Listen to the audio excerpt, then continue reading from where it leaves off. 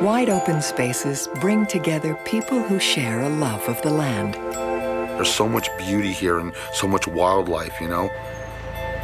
Kirby is a friendly community, and it's quiet. But that land has to be divided, and you don't choose your neighbors. Get off my property. He was afraid for his life. They couldn't even go outside. Their lives were miserable. Once you get on their bad side, they'll haunt you to the bitter end. It was just complete tension. I was real concerned that somebody was going to get killed.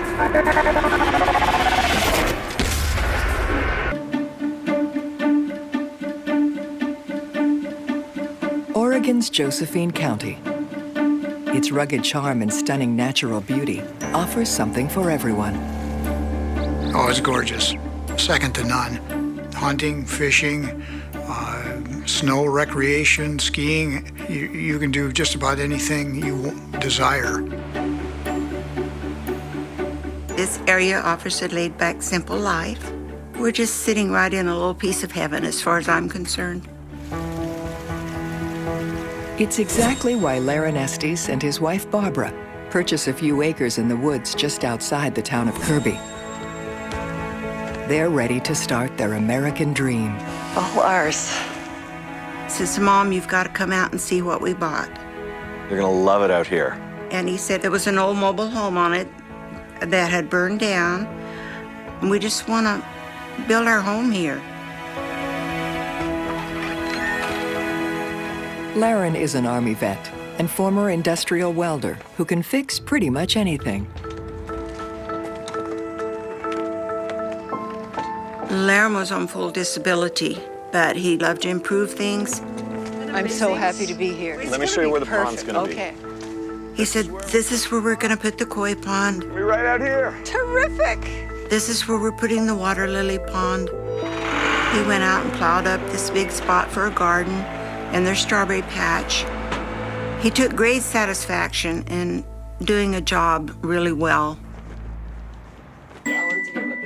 Buying the property for Laren and Barbara meant the beginning of a whole new start together. Hi there, folks.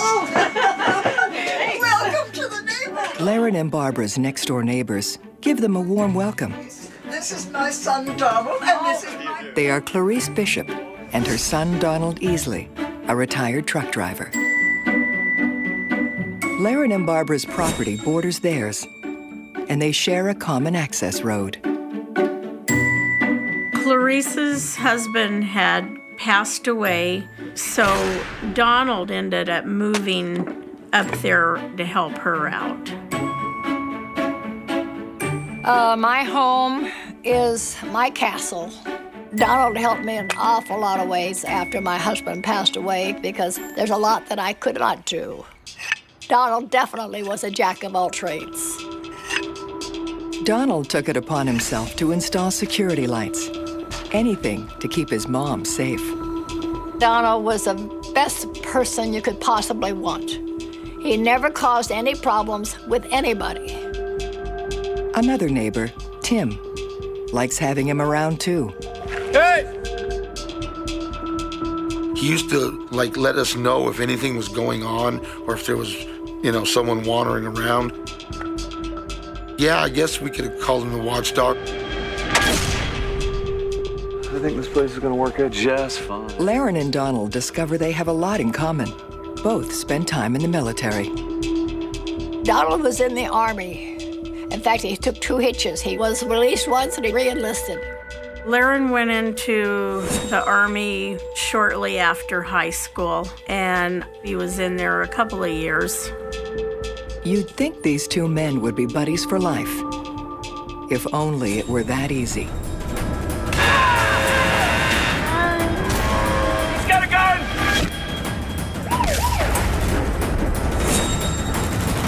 For now, as they bond over old Army stories, everything's fine between Donald and Laren. They got along very well. They were neighborly, they got along. The situation, their lifestyles, the things they were doing on the property. I just made him scratching and hoping. Clarice and Barbara are getting along nicely too. But love you freedom. Barbara made strawberry jam, and she gave to all the neighbors. Oh, that's so good of you. We had a fairly good relationship. We were talking and trying to be social.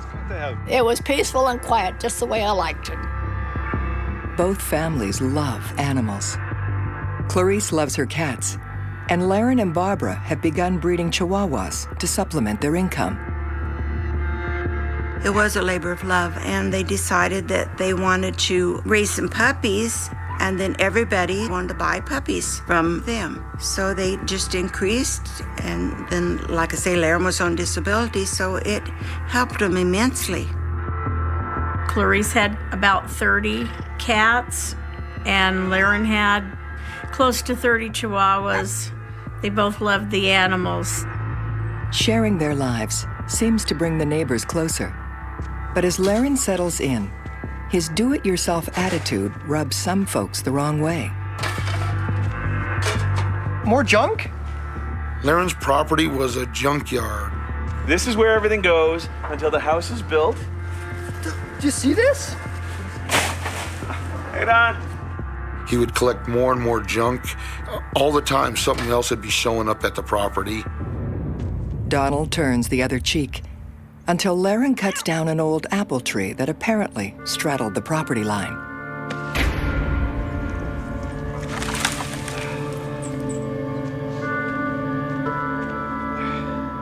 Clarice was very angry and upset about that. There was nothing wrong with that apple tree. I chopped it down. I'm sorry, Clarice. So it wasn't too much we could say about it, but they were good apples. And he did cut that tree down for no reason. Donald tells Laren that he had some issues with his previous neighbor that ended very badly. And he hopes this growing dispute doesn't end up as poorly as that one did. I just had to tell you. Donald still thinks about it. He wishes it had never happened, but strange things do happen. As time passes, other issues emerge. Predictably, it's a matter of cats and dogs. The Chihuahuas are barking all the time. Laren did not like cats. I had 2 cats that went outside, but they never went on his property. As far as the animals were concerned, we did not bond. The cats were coming into the vegetable garden and using it as a bathroom. And Laren asked Donald if there was anything he could do to try to keep the cats on his property. Donald said that those were his mother's cats and they had a right to go anywhere they wanted. Could they be triggering the security lights too? Laren and Barbara have been up all night because of the glare. Clarice does her best to make it up to them. I gave Barbara 2 large window shades to cover up the windows. But the shades aren't enough to keep the light out. Donald shined it right in Laren and Barbara's bedroom window. The lights were so bright. No matter what they put up, they were just so bright. Don, look, I'm sorry to bother you, but Barbara and I were wondering if you could just change the angle of your lights, please. They're there for my mother's safety. At night, so she can see. They're staying.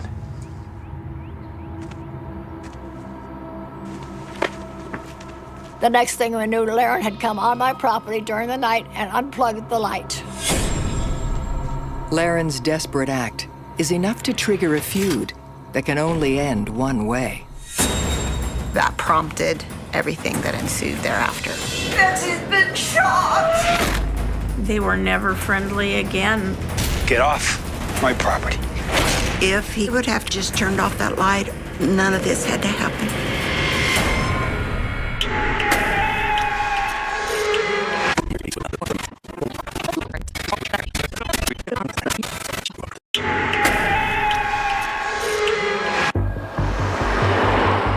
It doesn't sound like a lot to ask, but Donald Easley won't alter the security lights, robbing Laren and Barbara Estes of sleep.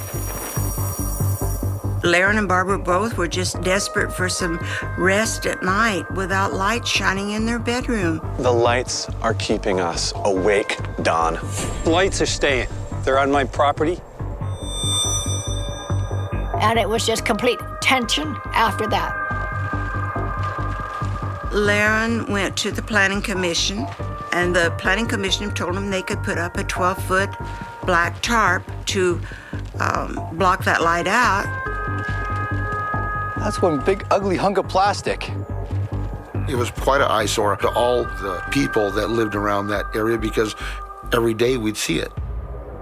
It's the last thing Donald and Clarice want to stare at all day long. What are you doing? We cannot sleep. But we gotta have the lights. Those are lights are for Mom's safety, eh, Mom? You do not. Things are getting ugly in Josephine County. Our bedroom. Donald told Laren that the tarp was blocking his view, and he didn't like it. There was no view. They yelled at Laren and Barbara one day, "Well, why won't you be our friends?" And Laren told Donald, "We don't want to be your friends. We just want you to leave us alone." One thing is clear. Neither of these men is going to back down without a fight. Donald installs a light that shines right over Laren's privacy fence, and then employs a new weapon. Donald had a diesel truck. He would go start that thing up at 2:30 in the morning, sometimes just revving it up, letting it idle for an hour or so, just being hateful.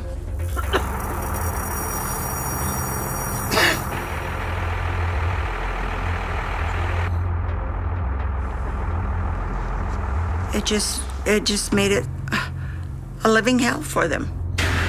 Soon afterwards, Donald and Clarice discover some of their lights have been destroyed. They suspect Laren.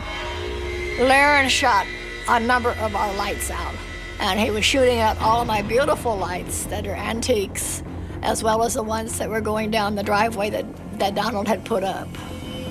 Donald is worried for his and his mother's safety. He calls the sheriff. This happened last night? Yeah, last night. I'll go take a look over there, see what I can find.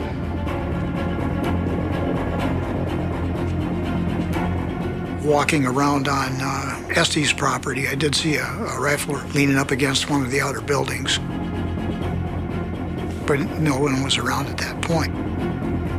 Donald said the only place it could have came from was on Laren's property, but Donald himself said that he didn't hear it. Since Donald can't prove it, the sheriff can't press charges. So, he enacts his own sweet revenge. Donald put up about 13 security lights on his property, and they were all directed at Laren and Barbara's bedroom window all night. Again, you can't sleep when the room's lit up like that. The feud keeps getting nastier, and when Clarice discovers two of her cats wounded, there's only one person to blame. Betsy's been shot! Laren had shot both of them with a pellet gun. I still have one cat home with a pellet on top of his skull. Take me to the vet! Now! Donald was highly upset about it because one of the cats was the cat that he hung out in his sleeping area. Hey! Call yourself an animal lover.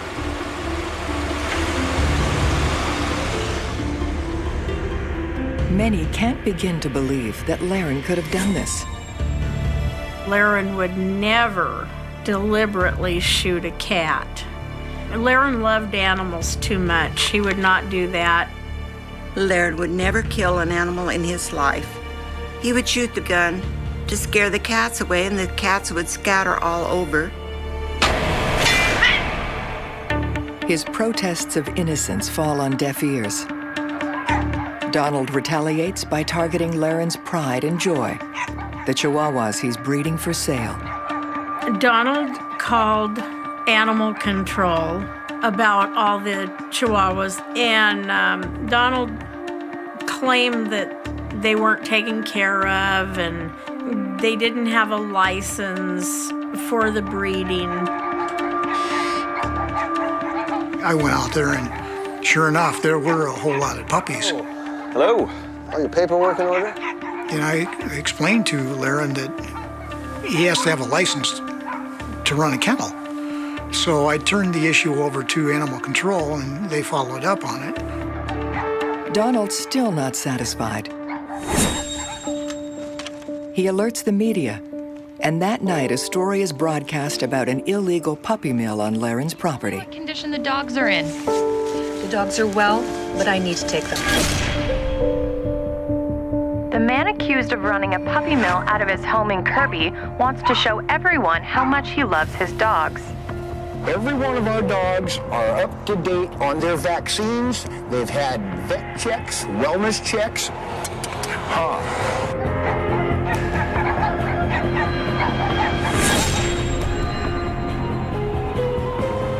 They got fined for ordinance violations, and so there was a huge financial cost for them. They weren't able to breed and sell the Chihuahuas anymore. Laren was heartbroken because Laren really did love them all. Just because Donald's won the latest round doesn't mean the battle's over. Laren was very unpredictable. In fact, the war has just begun. I'd equate it to the Hatfield and McCoys. Donald was always an aggressor. Laren would torment anybody. He's just being a bully.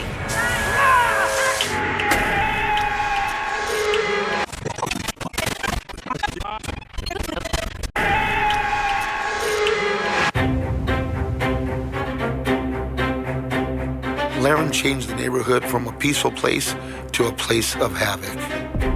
Donald Easley was completely obsessed with making their lives hell. People are choosing sides in a neighborhood feud in Josephine County, Oregon. Is Donald Easley making Laren Estes' life impossible? Or is it the other way around? Laren was a troublemaker. He wanted things his way, and nobody else could have their way. Donald and his mother, Clarice, believe Laren shot out their security lights and then injured their cats. Take me to the vet! On the other hand, Donald has crushed Laren's dream of breeding Chihuahuas. And the troubles continue.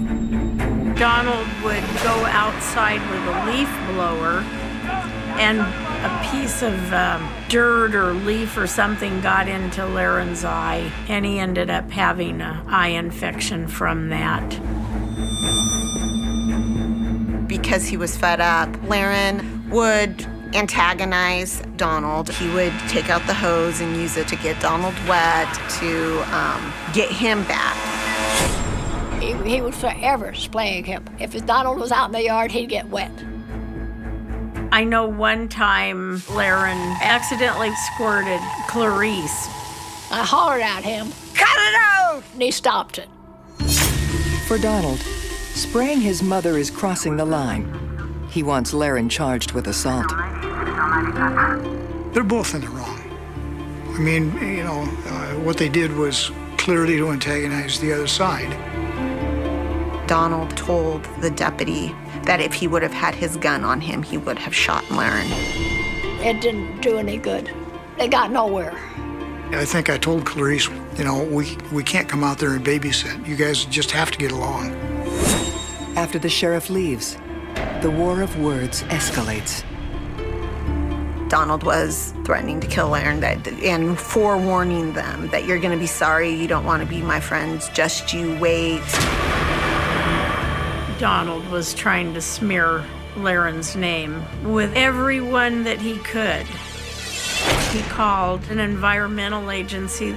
He claimed that there was a well on the property that had been filled in with trash and that they were polluting the water. A government investigator inspects Laren's well and judges it a possible environmental health hazard. That well had been filled in before Laren and Barbara moved there. They had to dig all the trash out of the well and dispose of it at their expense. It means Laren has to ask his nemesis for a favor. There was a swampy part on his property, and he couldn't go through it with the tractors. So he was going to ask Donald if he could use his driveway to go in his property so he could clean up that debris. Get off my property. Donald told him no.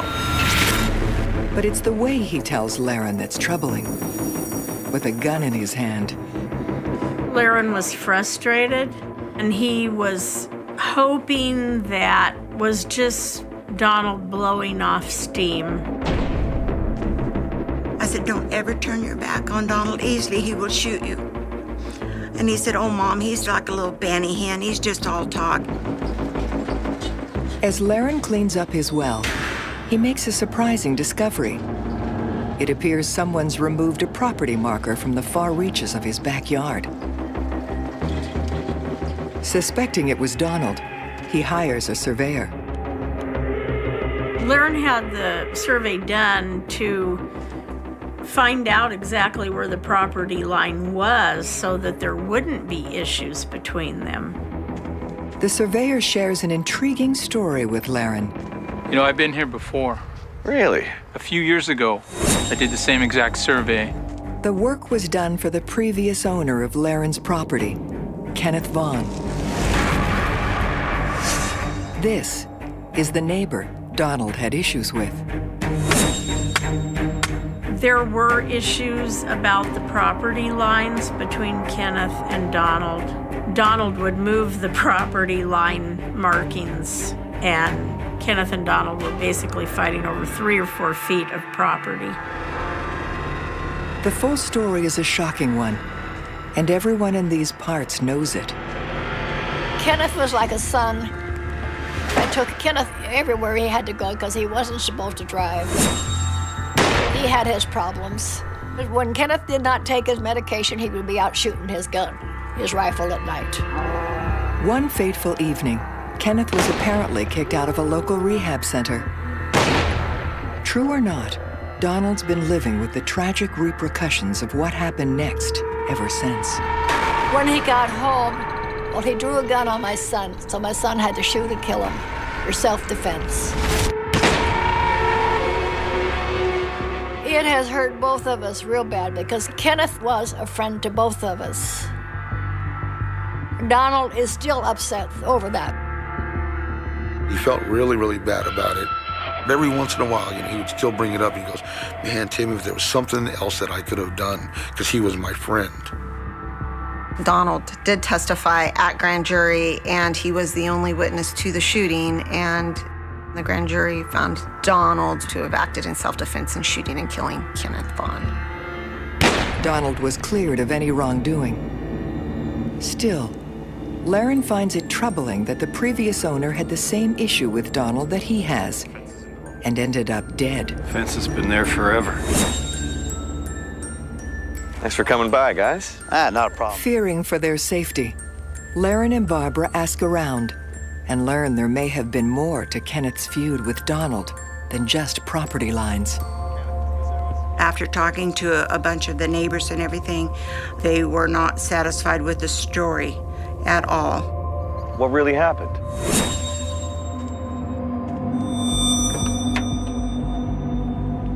I believe that Donald was very jealous of Kenneth Vaughn and Clarice's relationship. Kenneth, like I said, was like a son to me. She was very friendly with Kenneth. Clarice even wanted Kenneth to move in with her and help her out after Clarice's husband passed away. What are you doing here? Donald's behavior after he was acquitted made many folks suspicious. There is no remorse whatsoever from Donald. So then you come over. People got the feeling at times that he would be bragging about killing Kenneth Vaughn. He was gonna get me. I got him. What? That's where it happened. Don, it was self-defense. The impression was he was proud of that. Laren and Barbara now believe what many in the area consider the real story. He says it was self-defense, but Kenny's not that kind of guy. Kenneth owned guns of his own. There was no reason he would go over there without one of his guns if he was truly trying to threaten Donald. I believe that Donald got him over there somehow, and he intended to shoot him. What do you want, man?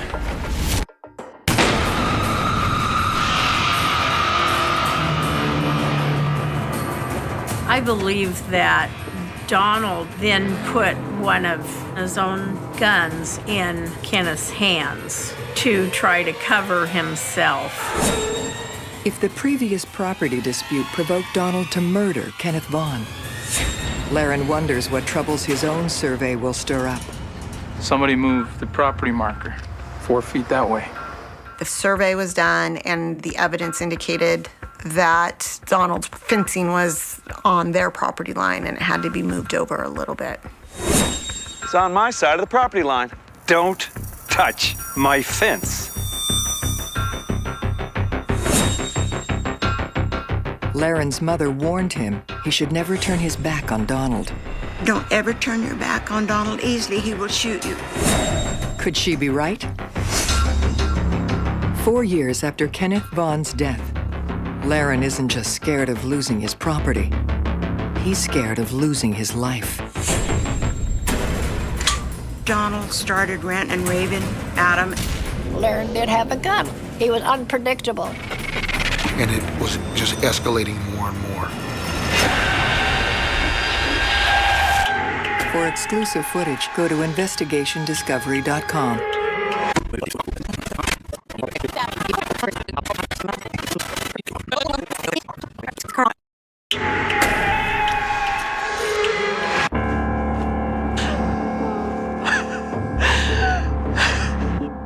Living beside Donald became a nightmare. Their lives were miserable. Laren was definitely being more and more unpredictable. He was always trying to get some kind of response out of you. He was not a nice guy. Laren was not a nice guy. As accusations fly back and forth in Josephine County, Oregon, Laren Estes and Donald Easley are living in fear of each other. Laren and Barbara would call the police several times because of their harassment from Donald. They got very concerned for their safety. Donald called the sheriff's department. I don't know how many times. There must be at least 200 complaints. Donald was concerned as to what Laren might do because Laren did have a gun. Over a period of time, it did escalate. And my concern was that there wouldn't be another shooting. Donald told the police officers they'd hope that he never has to shoot Laren because he hurt so bad on Kenneth because we were so good friends that he just didn't want to do it again. While Donald continues to profess it was self-defense, Laren and Barbara suspect Kenneth Vaughn's death may have been murder. Desperate to feel safe, they look at new properties in the hopes of moving. They didn't have the money to move. They still owed so much on it. They wouldn't have had money to move somewhere else. They couldn't make it work. So he just resigned to staying there. Living in constant conflict is taking its toll on both sides. Laren and Barbara's darkest fears are confirmed when Laren receives a letter from the local Veterans Administration. That letter was a warning because of comments Donald had made to his psychiatrist. The correspondence cautions Laren that Donald has threatened to kill him. Oh my God. It advises him to contact law enforcement immediately. Laren took the letter to the police and tried to get a restraining order against Donald.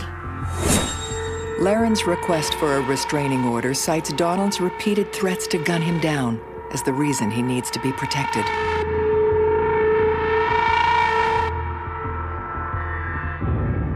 They went into court.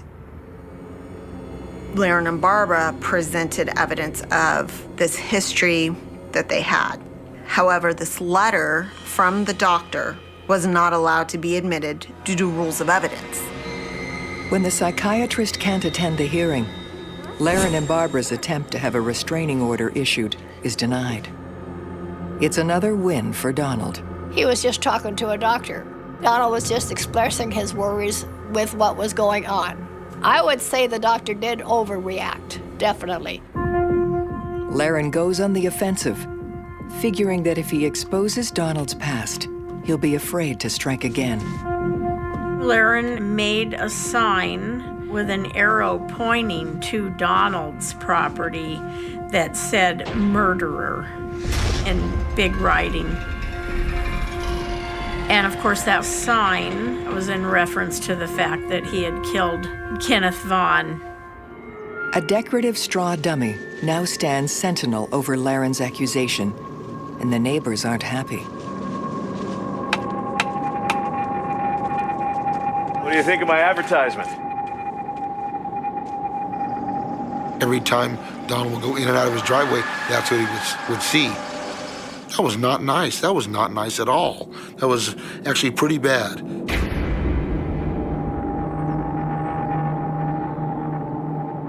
Donald's reaction about the murderer sign was total fury. And it was just escalating more and more. Law enforcement was in the wrong because they didn't take care of the problem when they knew it was there. No one knows who will snap first. At this point, it's not even clear who's goading who. I definitely believe that Donald goaded Laren. No, Laren was definitely goading Donald. Donald is only like 5'4", maybe, you know, and Laren was at least 5'9", you know, a lot taller than him, and outweighed him by at least 50 pounds. He was a lot bigger than Donald. Donald reaches out to the media, making public appeals for help. Donald was sending letters to the Daily Courier and anyone he could asking for help with Laren. Donald also sent an email to Fox News talking about how he tried to be neighborly for the year, and then now he was afraid that he didn't want the situation to turn out to where he had to put down this neighbor, and those were the words he used, put down this neighbor like he did the last neighbor. As if he was a dog. Despite the fact Donald shot his last neighbor to death, curiously, local police still don't take action. Violence is looming on the horizon, and both men are pushing the other towards it. There was a physical altercation between Donald and Laren.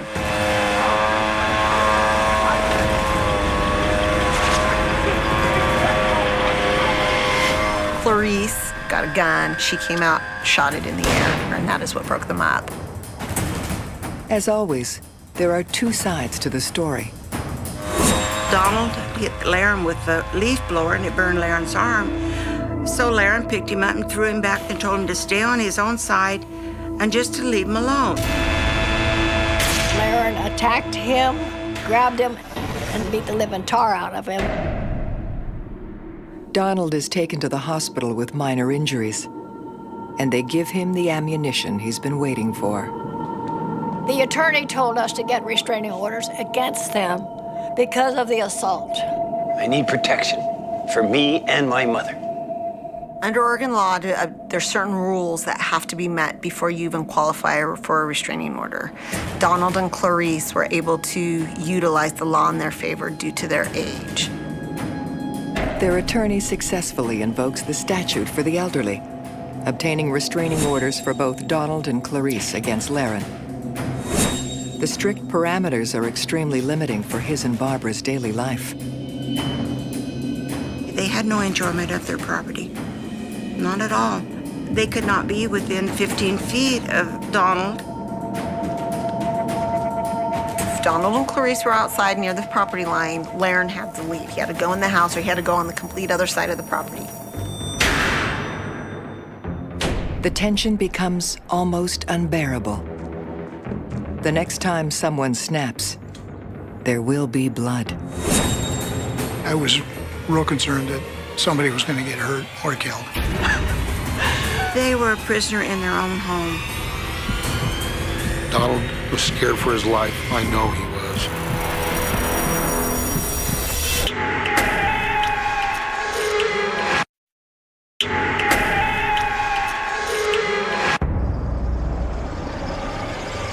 That was a lot of drama. There was just so much drama.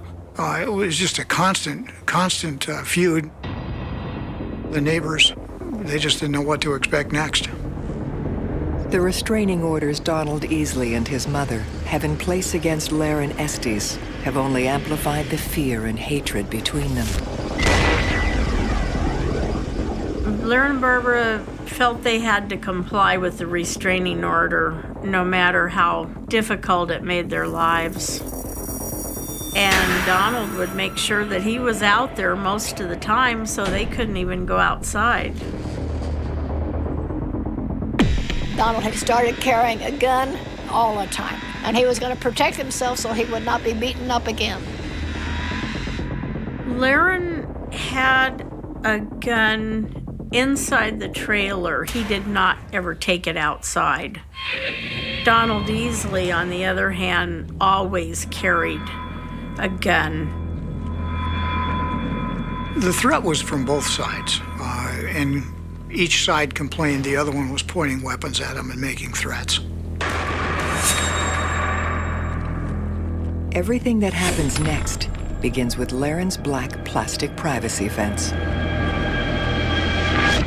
As Clarice remembers that day, Donald was trying to keep the wind from blowing it into their old fence and knocking it over.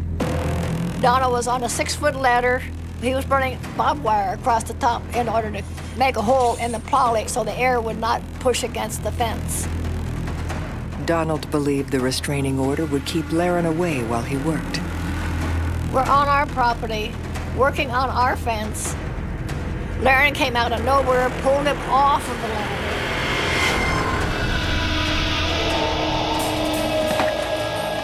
What do you do?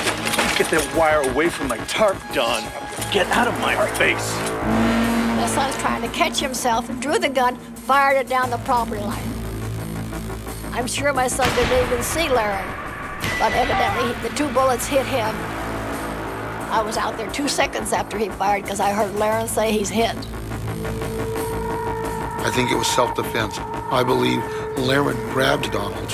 He got scared. He pulled his gun out. Laren got shot the way he got shot.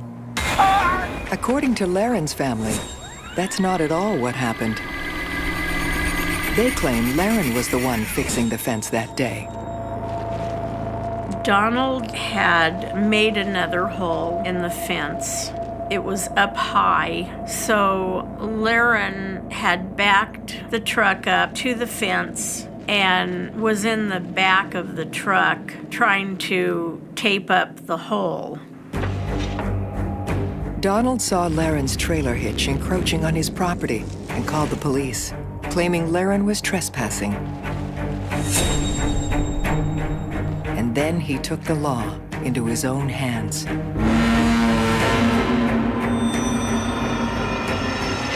I guess he saw him coming. He's got a gun! And Laren turned and tried to scramble out over the side of the truck, and he started running away from the fence. Barbara saw the barrel of the gun poking through the plastic. And there were 2 shots fired, and one of them hit Laren in the back. Laren was shot in the back as he was running away. The 2 versions of the story have the same ending. Help! Help! He's been shot! Barbara calls 911. But time runs out for Laren. It was my understanding that the bullet nicked an artery and he bled out. So.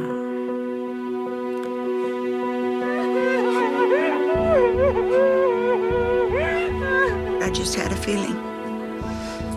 So the minute he died, it was just like lightning hit me and I hit the floor. And I said, Laren's dead. Laren's gone. I just knew. I just knew. To think that somebody would be so shallow to shoot him in the back when he was unarmed. At his trial, Donald pleads self-defense, confident the jury will see this as another case of him fearing for his life at the hands of an irrational neighbor. They characterize Laren as a bully. He bullied Clarice, he bullied Donald, and Donald had no choice but to do what Donald did. But things don't go the way they did last time. The jury convicts Donald Easley of murder. Donald's sentence was 25 to life. Donald told the judge when the sentence was pronounced that the jury got it all wrong, and the judge told him, the jury didn't believe you, and I don't believe you either. And it was the same gun that he used to kill Kenneth on. They couldn't let him get away with it a second time. You don't kill two neighbors on the same property and claim self-defense. You can't do that. I think the community felt a sigh of relief that this had finally come to fruition. And hopefully people learn from that you can't take the law into your own hands. You can't just kill your neighbors because you don't like what they do. Donald destroyed 2 families that day when he pulled the trigger. Donald destroyed his mother. She lost a son for all intent and purposes. He's 65 years old, 25 to life, no way. But he won't come out. I never wanted the death penalty for Donald Easley. I wanted him sentenced to life in prison. I wanted him to have every day to think about what he did. I've never seen such evil in a person's eyes as I've seen in his eyes. The road outside Cedar Ridge, Ohio, looked exactly the way small-town roads are supposed to look. Quiet. Narrow. Wrapped in long rows of winter-strip trees that rattled softly whenever the wind pushed through them. On the morning of October 17, 2001, that road carried almost no traffic. Just a school bus earlier that morning. A pickup truck heading toward the highway. And sometime after 9 a.m., a woman who never made it to where she was going. At first, nobody noticed anything strange. Small towns move slowly. Hours pass without urgency. People run errands. Phones ring. Coffee grows cold on kitchen counters. And sometimes it takes a while before anyone realizes that something is wrong. At 2:18 p.m., the first call came into the Cedar Ridge Police Department. A man named Paul Bennett was standing beside County Route 44, staring at something in the ditch that didn't belong there. He told the dispatcher he thought he'd found a purse. Brown leather. Half buried in wet leaves. The dispatcher asked a routine question. Is anyone around it? Paul paused. Then he said something that would later echo through every interview room and every courtroom transcript connected to the case. I think there's blood. By 2:32 p.m., 2 patrol cars were parked along the shoulder of Route 44. Red and blue lights spinning silently against the gray Ohio sky. The wind carried the smell of damp soil and fallen leaves. Deputies moved carefully along the ditch line. The purse was real. So was the blood. A thin trail of dark stains led away from the roadside, disappearing into a patch of woods about 30 yards back. No footprints visible at first glance. Just broken twigs. Flattened leaves. The kind of disturbance that tells investigators something happened fast. Very fast. Deputy Laura McKenna was the first one to step into the tree line. She followed the trail slowly, one careful step at a time, radio clipped tight to her shoulder. 10 yards in, the woods swallowed the sound of traffic. 20 yards in, the air felt colder. 30 yards in, she saw the shoe. A single white sneaker lying on its side. The laces were still tied.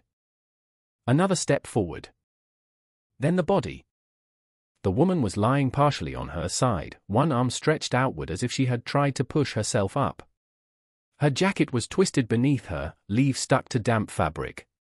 Blonde hair tangled across her face. For a moment the woods were completely silent. Deputy McKenna's voice came through the radio a few seconds later. Low. Controlled. But unmistakably shaken. "We've got a victim." The name reached the station less than an hour later. Her driver's license had been inside the purse. Emily Harper. 27 years old. Local elementary school teacher. Lived 3 miles away in a small white house near Maple Street. Known by neighbors as quiet. Friendly. The kind of person who waved when she passed you on the sidewalk. And by nightfall, her name was already moving through Cedar Ridge like an electrical current. Because nothing like this had happened there in years. The crime scene expanded quickly. Yellow tape stretched along the roadside. Patrol cars blocked the entrance to the narrow dirt pull-off where Emily's car was eventually discovered. A blue 1998 Honda Civic. Driver's door closed. Key still in the ignition. No obvious signs of a struggle inside the vehicle. But the driver's seat was empty. And 30 yards away in the woods, Emily Harper lay dead. The first investigators on scene noticed something that would trouble them for years. There were very few signs of a fight. No overturned branches. No deep footprints. No long drag marks through the leaves. Whatever happened between Emily Harper and the person who attacked her had been fast. Controlled. Almost surgical in its efficiency. Detective Martin Keller arrived shortly after 4 p.m. At the time, Keller was already a 22-year veteran of the Cedar Ridge Police Department. Tall. Gray around the temples. Known for speaking very little during investigations but noticing everything. He crouched beside the body for several seconds without saying a word. The coroner's preliminary observation was grim. Single deep stab wound. Precise. Fatal. But something else stood out immediately. Emily's purse had been thrown near the roadside. Her phone was missing. Her wallet, however, was still inside. Cash untouched. Credit card still there. Which meant one thing investigators quickly wrote in bold letters across the first page of the case file. Not a robbery. The question hanging in the cold October air was simple. If it wasn't robbery, then why? The timeline began forming quickly. Emily Harper had left her house around 8:40 a.m. that morning. She was supposed to drive to Cedar Ridge Elementary for a teacher training session scheduled at 9:15. She never arrived. Several witnesses placed her car on County Route 44 around 9 a.m. One driver remembered seeing the blue Honda pulled slightly onto the shoulder. Another said they noticed a dark vehicle parked behind it but couldn't recall the make or model. Those small fragments became the first pieces of a puzzle investigators would spend decades trying to assemble. Back at the station, Detective Keller studied Emily's background. No criminal record. No recent disputes. No known enemies. Friends described her as responsible, routine-oriented, predictable. But routine can be dangerous. Routine creates patterns. And patterns are easy to watch. By evening, news vans had arrived. The words cold case were nowhere near the story yet. But the atmosphere already felt like something darker than an ordinary homicide. Cedar Ridge had a population just under 12,000. Everyone knew everyone. Or at least believed they did. And the idea that someone capable of killing a young teacher could be living quietly among them created a kind of tension that settled over the town like fog. Reporters gathered outside the police station. Cameras rolled. Parents kept their children home from evening activities. The first press conference lasted only 6 minutes. Police confirmed the victim's identity. Confirmed the investigation was ongoing. Refused to discuss the cause of death. Detective Keller stood just behind the podium, arms folded, eyes scanning the crowd. What he didn't say out loud that night was the thought already forming in the back of his mind. The scene didn't feel random. Too controlled. Too efficient. Which suggested something every homicide investigator learns to recognize early. The killer may have known exactly who Emily Harper was. Over the next 48 hours, the case exploded. Search teams combed the woods surrounding Route 44. Helicopters circled overhead. Volunteers joined organized grid searches looking for the missing phone or any item that might have been discarded during the attack. Nothing surfaced. The road itself became a map of tiny investigative flags. Yellow markers. White evidence tents. Every tire track photographed. Every cigarette but bagged. Every fragment of potential evidence catalogued. And yet the central mystery remained untouched. Who stopped Emily Harper that morning? Because something had made her pull over. Something she didn't immediately perceive as dangerous. That realization haunted investigators. Emily had stopped willingly. There were no signs she had tried to speed away. Which meant the encounter likely began with a conversation. Someone approached the driver's window. Someone she either trusted or didn't fear. That possibility turned the investigation inward. Police began interviewing people connected to Emily's life. Family members. Neighbors. Co-workers. Friends from college. Anyone who had spoken to her within the last 2 weeks. The interviews filled hundreds of pages. Most were painfully ordinary.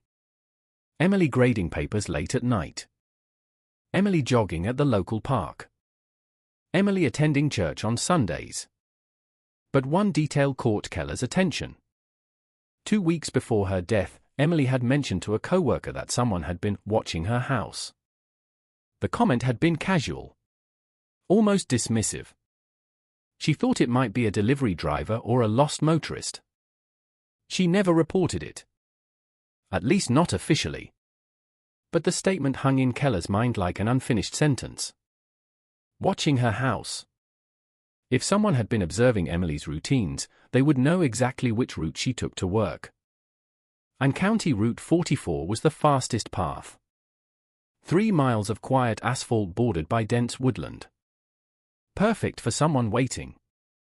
As the investigation deepened, the town's anxiety grew heavier. Tips poured in. Most went nowhere. A suspicious van seen near a gas station. A stranger asking questions at a diner. A man walking through a field late at night. Each lead chased. Each one fading into nothing. Days turned into weeks. Weeks turned into months. And slowly, the terrifying possibility began to take shape inside the Cedar Ridge Police Department. The person who killed Emily Harper might have vanished completely. Or worse. They might still be there. Living among them. Watching the investigation unfold from the safety of ordinary life. By the time winter arrived in early 2002, the evidence room shelves were already filling with boxes labeled Harper Case. Detective Keller continued working the file late into the night long after most officers had gone home. Photographs. Witness statements. Maps of County Route 44. And one nagging absence that refused to disappear. Emily's missing phone. If the killer had taken it deliberately, it meant something important had been on it. A call. A message. A name. But in 2001, cell phone tracking technology was still primitive. Records were limited. Data incomplete. The phone itself was the key. And it was gone. The investigation slowed. Then stalled. Then, quietly, it became something every detective fears. A case with no suspect. No weapon. No clear motive. The official term would come later. A phrase that appears in police reports when time begins to stretch beyond answers. Cold case. But Detective Martin Keller never stopped thinking about the road on that grey October morning. The purse in the ditch. The shoe in the leaves. The body in the woods. And the one question that had followed him home every night for years. Who was waiting on County Route 44 the morning Emily Harper died? Because somewhere out there someone knew exactly what happened in those 30 silent yards of forest. And for the next 2 decades, that someone would remain invisible. In the first weeks after Emily Harper's death, Cedar Ridge stopped feeling like a small town. It felt like a crime scene. The local grocery store stayed open, but conversations died the moment strangers walked down the aisle. Parents waited outside school buildings instead of letting their children walk home alone. Porch lights that normally switched off at midnight stayed burning until sunrise. Every face suddenly carried a question. Could it be someone we know? Detective Martin Keller understood that fear better than anyone. Because inside the Cedar Ridge Police Department, the investigation was beginning to reveal something unsettling. Emily Harper's life had almost no chaos in it. And when a victim's life is quiet, detectives start looking closer at the silence. Her house on Maple Street became the center of the investigation. A modest white structure with blue shutters and a narrow driveway. The inside looked exactly the way neighbors described it. Neat. Predictable. Books stacked on a coffee table. Lesson plans scattered across a desk. A calendar hanging beside the refrigerator with every weekday marked in careful handwriting. Emily believed in routines. Wake up at 7 o'clock. Leave for work around 8:40.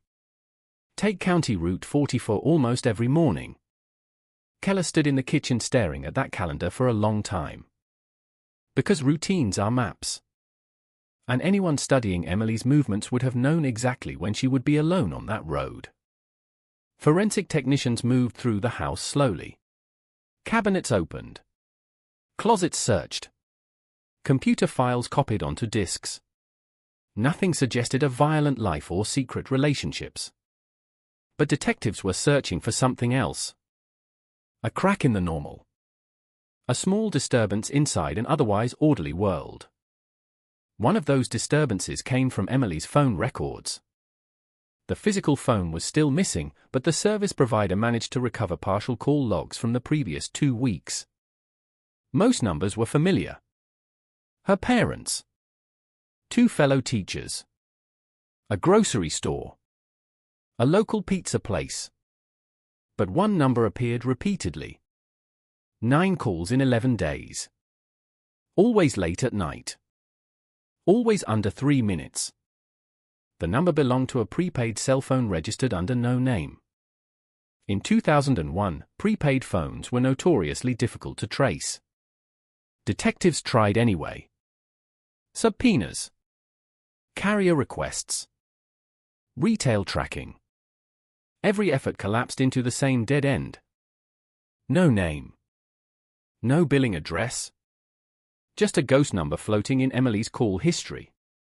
Detective Keller circled it with a red pen and wrote 2 words beside it. Find owner. Meanwhile, investigators continued reconstructing the last morning of Emily's life. The drive from her house to Cedar Ridge Elementary should have taken less than 10 minutes. Yet something happened between mile marker 3 and the wooded stretch of County Route 44. Something that caused her to pull over voluntarily. Traffic reconstruction experts mapped every known vehicle movement from that morning. The results were frustratingly thin. County Route 44 was never a busy road. At 9 a.m., it was practically empty. But investigators did manage to identify 3 confirmed drivers who passed the area between 8:50 and 9:15. The first was a farmer hauling feed. He remembered the blue Honda parked on the shoulder. He didn't remember seeing anyone near it. The second was a nurse driving toward the highway. She thought she saw a dark sedan parked behind the Honda, but she couldn't say for certain. The third witness was the one Keller kept returning to. A high school senior named Tyler Monroe. 17 years old. On his way to late morning classes. He told police he slowed down briefly because he thought two people were arguing beside the road. At first, investigators assumed this was the critical breakthrough. But Tyler's statement had problems. He couldn't describe either person clearly. He couldn't say what the argument was about. And when detectives asked about the car parked behind Emily's Honda, his answer changed slightly each time. Sometimes he thought it was black. Sometimes dark blue. Once he said maybe green.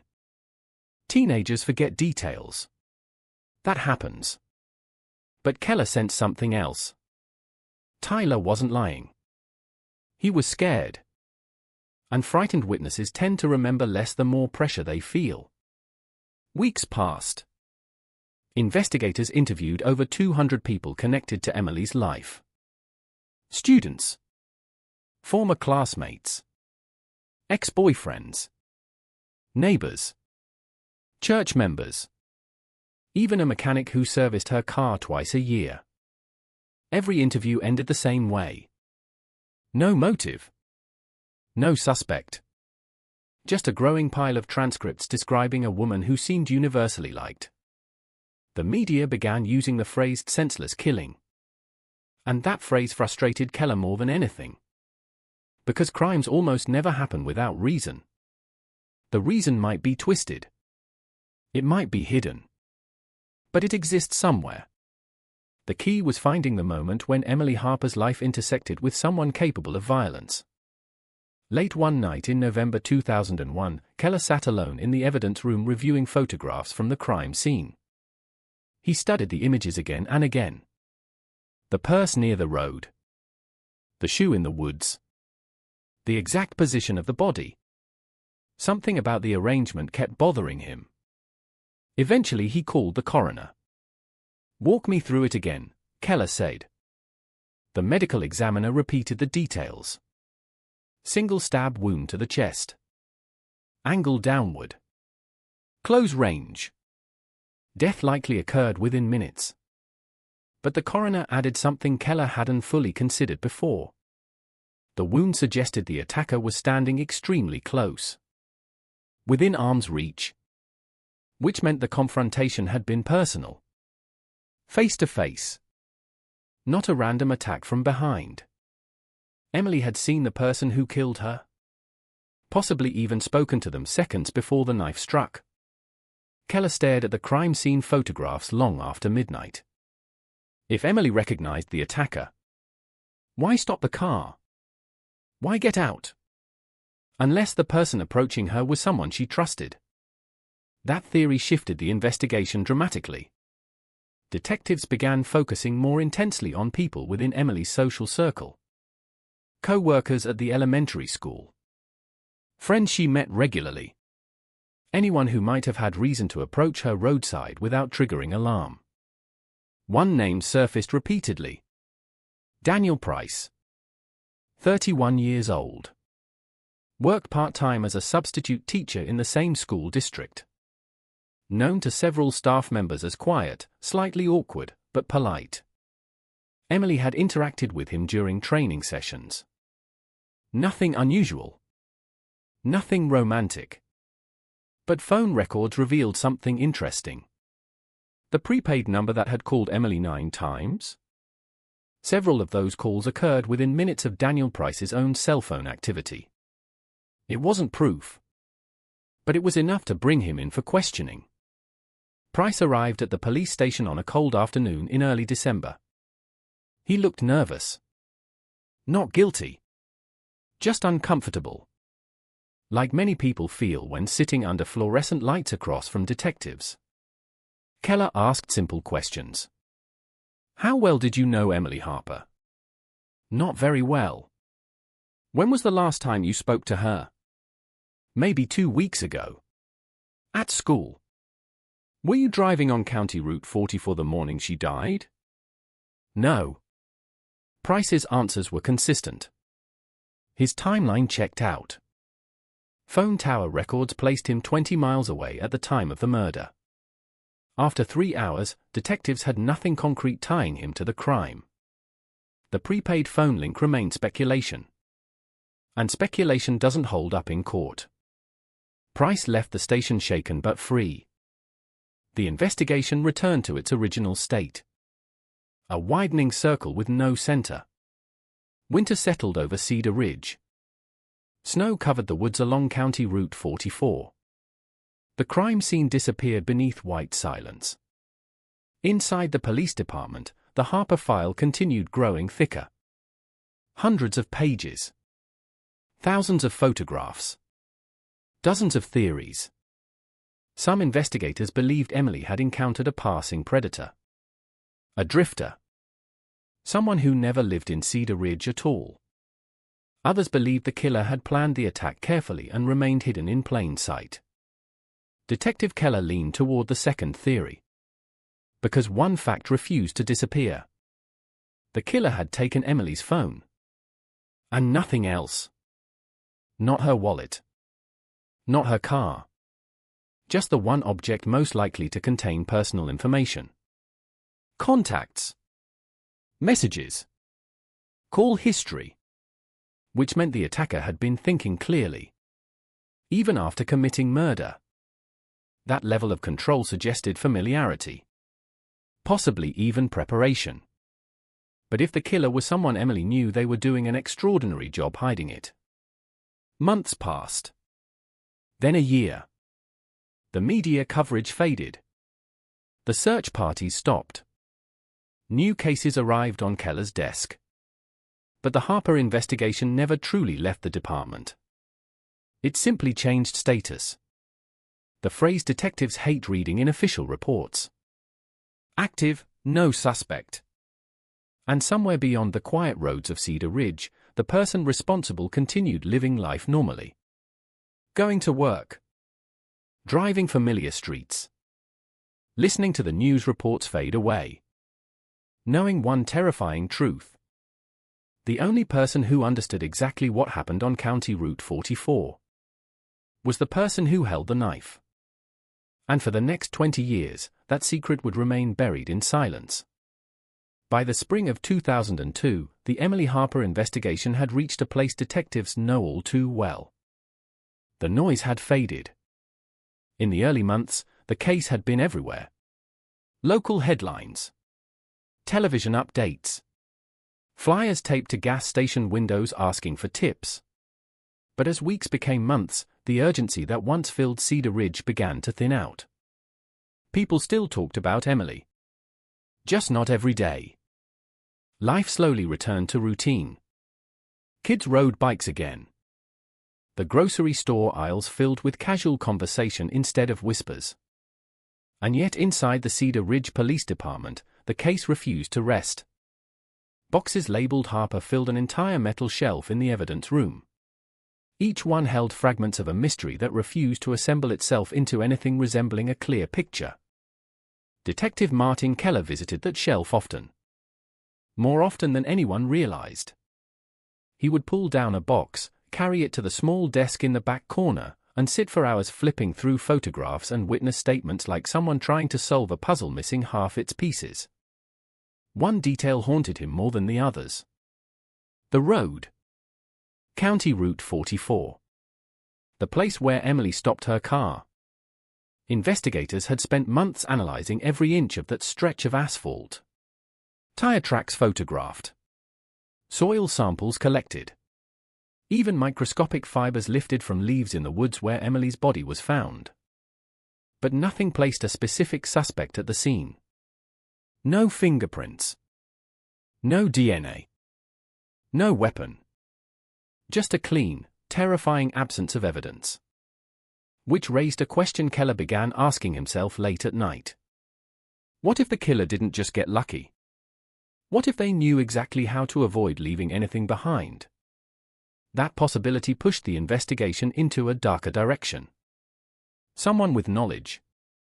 Someone careful. Someone patient. The kind of person who could plan an encounter without drawing attention. Meanwhile, detectives kept digging into Emily's life, hoping something, anything, would crack the case open. They re-interviewed co-workers, re-examined old relationships, tracked down college friends who had moved out of state. Each conversation began the same way. Did Emily ever mention someone bothering her? Most people said no. But occasionally someone would pause, think for a moment, and mention something small. A strange car parked near her house late one night. An unfamiliar man lingering near the school parking lot. A phone call that left Emily looking slightly unsettled. None of those fragments were strong enough to build a suspect. But together they formed a quiet, disturbing pattern. Someone may have been watching Emily. And if that was true, it meant the attack on County Route 44 was not random at all. It was scheduled. Somewhere in the files, Keller kept a timeline taped to a wall. Every known movement in Emily's final month. Work. Grocery trips. Evening walks. Church. The timeline revealed something detectives had missed early on. During the 2 weeks before her death, Emily had altered her routine slightly. 3 times she left school later than usual. 2 of those evenings she stopped at the same small gas station on Route 19. The clerk working those nights remembered her clearly. Not because she bought anything unusual, but because she asked a strange question. Has anyone been asking about me? At the time the clerk laughed it off. Small towns create strange worries. But when detectives asked him to describe Emily's tone, he hesitated. She didn't sound paranoid, he said. She sounded concerned. Concerned. Not frightened. Not panicked. Just aware. As if something in the background of her life had begun to feel wrong. That discovery pushed Keller back toward the prepaid phone number. 9 calls in 11 days. Always short. Always late at night. The number remained a ghost. But Keller started mapping the times of those calls against Emily's schedule. And something strange appeared. Most of them happened shortly after she returned home from work. Almost as if someone knew when she arrived. Which meant one of 2 things. Either the caller lived nearby, or they were watching her house. The idea was chilling. Detectives returned to Maple Street again. This time they focused less on Emily's home and more on the surrounding area. Neighbors were interviewed again. Mail carriers questioned. Utility workers tracked down. One neighbor remembered something curious. A man sitting in a car across the street several nights that month. The neighbor assumed it was someone waiting for a friend. He didn't think much of it. Until Emily was murdered. When detectives asked him to describe the car, the answer tightened the knot in Keller's chest. Dark sedan, the man said. Possibly black. Possibly blue. Almost identical to the vague description from the witness on County Route 44. But the neighbor couldn't identify the driver. Couldn't remember the license plate. And the memory surfaced months after the fact. Another ghost lead. Another piece that almost fit but refused to lock into place. Then came the tip that briefly reignited the entire investigation. In August 2002, nearly 10 months after the murder, a fisherman made a call to the sheriff's office. He had been walking along the banks of the Little Miami River when he spotted something half buried in mud near the waterline. A cell phone. Old model. Battery missing. The location was nearly 20 miles from Cedar Ridge. But investigators moved quickly. The phone was recovered and sent to the lab. Detective Keller waited through 3 sleepless nights while technicians examined it. If the phone belonged to Emily Harper, it could contain everything the killer had tried to hide. Call logs. Contacts. Possibly even voice messages. For a moment, hope returned to the department. Then the lab results arrived. The phone did not belong to Emily. Wrong manufacturer. Wrong serial number. Just another discarded device tossed into the river. Another door closing quietly. By the end of 2002, the Harper investigation was slowing down. Not because detectives stopped caring, but because every possible path had been walked. Every lead followed. Every witness questioned. And none of it had produced a suspect strong enough to move forward. The town of Cedar Ridge learned a new phrase that year. Cold case. The term appeared in a short newspaper article marking the one-year anniversary of Emily's death. Harper murder remains unsolved. Residents read the headline over morning coffee and felt the same uneasy thought. Someone had taken a life on a quiet road in their town. And walked away without consequence. Detective Keller hated the phrase cold case. To him it suggested the investigation had frozen. Stopped moving. But in reality, the case continued to live quietly inside the department. Evidence preserved. Files maintained. Occasional tips still arriving. And Keller never stopped looking. Sometimes late at night he drove out to County Route 44 alone. Parked near the same shoulder where Emily's car had been found. The woods looked different in every season. Autumn leaves. Winter snow. Spring rain. But the silence always felt the same. Heavy. Like the road itself remembered something no one else could see. Keller would stand there listening to the wind moving through the trees, imagining the final moments before the attack. Emily pulling over. Someone stepping out of a car behind her? A conversation. Maybe a familiar face. Maybe a warning she didn't take seriously enough. Then the flash of a blade. One violent moment that ended a life and created a mystery that refused to disappear. What Keller didn't know yet, what no one in Cedar Ridge knew, was that the answer to that mystery had been sitting quietly within the investigation for years.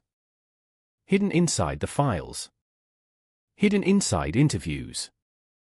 Hidden behind a name detectives had already spoken to once. A name that would not return to the center of the case until nearly 2 decades later.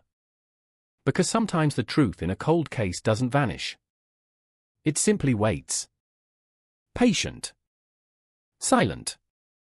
Until the one person who refuses to let go finally sees what everyone else missed. Time has a strange effect on unsolved murders. At first, the case burns like a fire. Detectives chase every lead. Reporters crowd police stations. Phones ring constantly with tips from strangers convinced they know something important. But fires don't burn forever. Eventually the flames die down. The heat fades. And what remains is something quieter, something colder. By 2003, the Emily Harper investigation had entered that colder phase. Inside the Cedar Ridge Police Department, the case file had grown enormous. Shelves packed with transcripts. Evidence envelopes. Crime scene diagrams. Photographs from the woods off County Route 44 that no one wanted to look at anymore. Detective Martin Keller still looked at them. More often than he should have. Because one truth gnawed at him every day, the killer had not made a single obvious mistake. No weapon left behind. No fingerprints. No witnesses who could place a name at the scene. Just fragments. And one deeply unsettling possibility. The person responsible might still be living an ordinary life somewhere within driving distance of Cedar Ridge. While the case slowed publicly, the investigation inside the department continued in small, quiet ways. Cold cases rarely move forward in dramatic bursts. They inch forward through persistence. Through detectives who refuse to stop asking questions long after everyone else has moved on. One of those quiet steps came from something simple, geography. Detectives began mapping every violent offender living within 50 miles of Cedar Ridge at the time of the murder. Anyone with a history of assault. Anyone previously arrested for stalking. Anyone convicted of violent crimes involving knives. The list started large. Hundreds of names. Slowly, investigators began crossing people off. Some were in prison in October 2001. Others had solid alibis. Some had moved out of state years before the murder occurred. After weeks of elimination, the list shrank to 12 individuals worth deeper investigation. One by one they were interviewed again. Some appeared irritated. Others confused. But none of them connected convincingly to Emily Harper. Another dead end. Meanwhile, the town continued adjusting to the reality that the crime might never be solved. The small memorial near Cedar Ridge Elementary remained intact. Flowers replaced occasionally. A photograph of Emily smiling beside a group of second-grade students. People stopped there sometimes. Not to talk. Just to remember. Emily's parents had moved away the year after the murder. The house on Maple Street was eventually sold to a young couple who knew very little about what had happened there. Life kept moving. But inside the Harper case file, one piece of information refused to fade. The prepaid cell phone number. 9 calls in 11 days. Every time detectives returned to the case, that number appeared again like a shadow across the page. In 2003, investigators attempted something new. They worked with federal agents to analyze prepaid phone distribution records from stores across several counties. The idea was simple. Someone had to purchase that phone. Even if it was bought with cash, there might still be surveillance footage, store receipts, or clerk memories that could narrow the search. Agents visited dozens of retail stores, convenience markets, electronics counters, gas stations. But the effort ran into a brutal reality. In 2001, most stores didn't keep surveillance recordings longer than a few days. Receipts were long gone. Clerks had no memory of individual customers from 2 years earlier. The trail disappeared again. Somewhere out there, the person who used that phone remained anonymous. Detective Keller began focusing on something else. Behavior. Specifically, how the killer behaved immediately after the murder. Most violent offenders leave patterns. They change routines. They avoid certain areas. Sometimes they even return to the crime scene out of curiosity. Keller quietly asked patrol officers to report any suspicious activity along County Route 44 in the months after the murder. Nothing obvious surfaced. But there was one small report filed during the winter of 2002. A patrol deputy had pulled over a dark sedan parked near the wooded stretch of road late one night. The driver claimed he had taken a wrong turn and was checking directions. No warrants. No suspicious items in the car. The deputy let him go with a warning. At the time, it seemed routine. Months later, when detectives reviewed the report again, the driver's name caught Keller's attention. Daniel Price. The same substitute teacher who had been interviewed during the early stages of the investigation. The same man whose phone activity had loosely aligned with the mysterious prepaid number. The discovery wasn't proof of anything. But it tightened something in Keller's mind. He pulled Price's interview transcript from the file and read it again carefully. Price had been calm. Cooperative. His alibi placed him miles away during the murder. Phone tower data supported his statement. And yet something about his presence near County Route 44 months later felt strange. Most people avoided that road after the murder. Especially at night. But Price had been there. Alone. The next step seemed obvious. Detectives scheduled another conversation with him. Price arrived at the station looking slightly more confident than before. Almost relaxed. Keller watched him carefully. Body language often reveals things words don't. The interview lasted nearly 4 hours.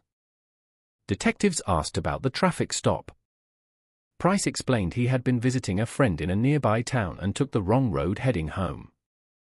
When asked if he knew Emily Harper well, he repeated the same answer from the previous year. Just from work. Nothing romantic. Nothing personal. When detectives brought up the prepaid phone number again, Price looked genuinely confused. He denied owning any prepaid device. His own cell phone records remained consistent. Nothing tied him directly to the calls. By the end of the interview, investigators had reached the same frustrating conclusion. Daniel Price remained suspicious, but not provably connected to the murder. Without evidence, suspicion meant nothing. The case stalled again. Years passed. Technology evolved. New forensic techniques appeared across the country. DNA databases grew larger. Old cases began reopening in different states as investigators applied new methods to evidence that once seemed useless. Detective Keller watched those stories carefully. Every solved cold case carried the same quiet message. Sometimes the answer was already in the evidence room waiting for the right technology to unlock it. But when Keller reviewed the Harper evidence, one painful fact remained. There was almost no biological material from the killer.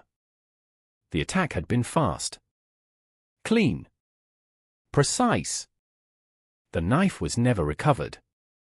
Even the clothing Emily wore contained no foreign DNA strong enough to identify a suspect. Whoever killed her had left almost nothing behind. Or so it seemed. By 2007, 6 years had passed since the murder. Detective Keller had aged. More grey in his hair. More files stacked on his desk. But he never allowed the Harper case to disappear completely. Every few months he reopened the folder. Read through the interviews again. Studied the photographs. Looked at the timeline. Some detectives call that obsession. Others call it instinct. Because the truth about cold cases is simple. Most of them are solved by someone who refuses to forget. And Keller refused. Even as the years stretched further away from that October morning. Even as new detectives joined the department who barely remembered the original investigation. Even as the road where Emily died returned to quiet anonymity. County Route 44 remained just another narrow stretch of asphalt to most drivers. But to Keller it was a place frozen in time. A place where something had gone terribly wrong. And somewhere beyond that silent road, the person responsible continued living a normal life. Waiting. Whether they realized it or not. For the moment when the past would finally catch up with them. By 2010, the Emily Harper murder had officially become one of Cedar Ridge's oldest unsolved cases. 9 years. 9 long years since a quiet October morning turned into a crime scene on County Route 44.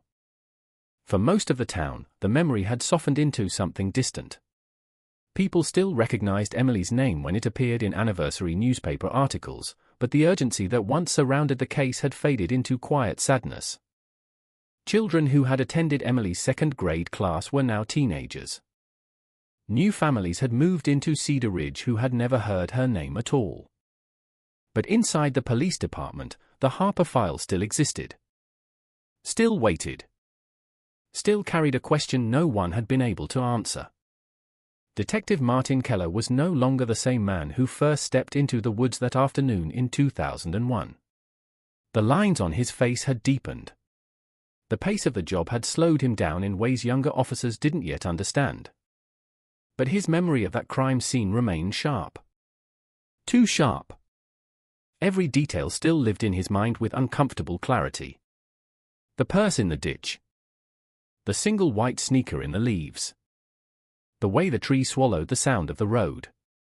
And the unsettling precision of the attack. Because over the years, Keller had grown increasingly convinced of one thing. Emily Harper's killer had not acted impulsively. The murder had been controlled. Focused. Almost calculated. And crimes like that rarely happen without preparation. In early 2010, a small shift occurred inside the Cedar Ridge Police Department. A new unit was created, one specifically dedicated to reviewing cold cases. Departments across the country were beginning to do the same thing. Advances in technology were solving crimes once thought impossible to crack. Old fingerprints could now be scanned digitally through national databases.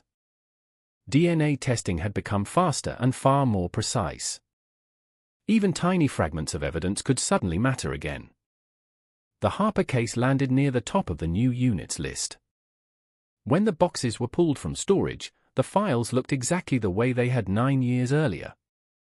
Stacks of witness statements. Maps of County Route 44. Photographs of Emily's car, her home, the wooded crime scene. And of course, the same two mysteries staring back from every page. The prepaid phone. And the unknown man who may have been watching her house. The cold case unit decided to start with something simple. Re-examining every interview conducted during the original investigation. Over 200 people had been questioned between 2001 and 2002. Most had never been contacted again. Time changes people. Memories shift. Sometimes witnesses remember things years later that didn't seem important at the time. Detectives began tracking those people down again. Some had moved away. Some had forgotten small details that once seemed clear. But occasionally, someone would pause during the conversation and say something that made investigators lean forward. One of those moments came from a former coworker at Cedar Ridge Elementary. Her name was Linda Carver. Back in 2001, she had told detectives she barely knew Emily outside of school meetings. That part hadn't changed. But when investigators asked if anything unusual had happened in the weeks before Emily died, Linda hesitated. Then she mentioned a conversation she hadn't thought about in years. One afternoon in late September, Emily had walked into the teacher's lounge looking slightly unsettled. Not frightened. Just distracted. Linda remembered asking if something was wrong. Emily had shrugged it off. But before leaving the room, she made a strange comment. "Someone keeps calling me," she said. Linda asked who. Emily's answer was brief. "I'm not sure." That statement landed heavily inside the cold case review meeting. Because it aligned perfectly with the mysterious prepaid phone number. 9 calls in 11 days. But now the detail felt more personal. Those calls may not have been friendly. They may have been persistent. Possibly unwanted. The kind of calls that leave someone feeling watched. Investigators returned to the phone records again. Technology had improved since 2001. Analysts began reconstructing the limited data available from the carrier.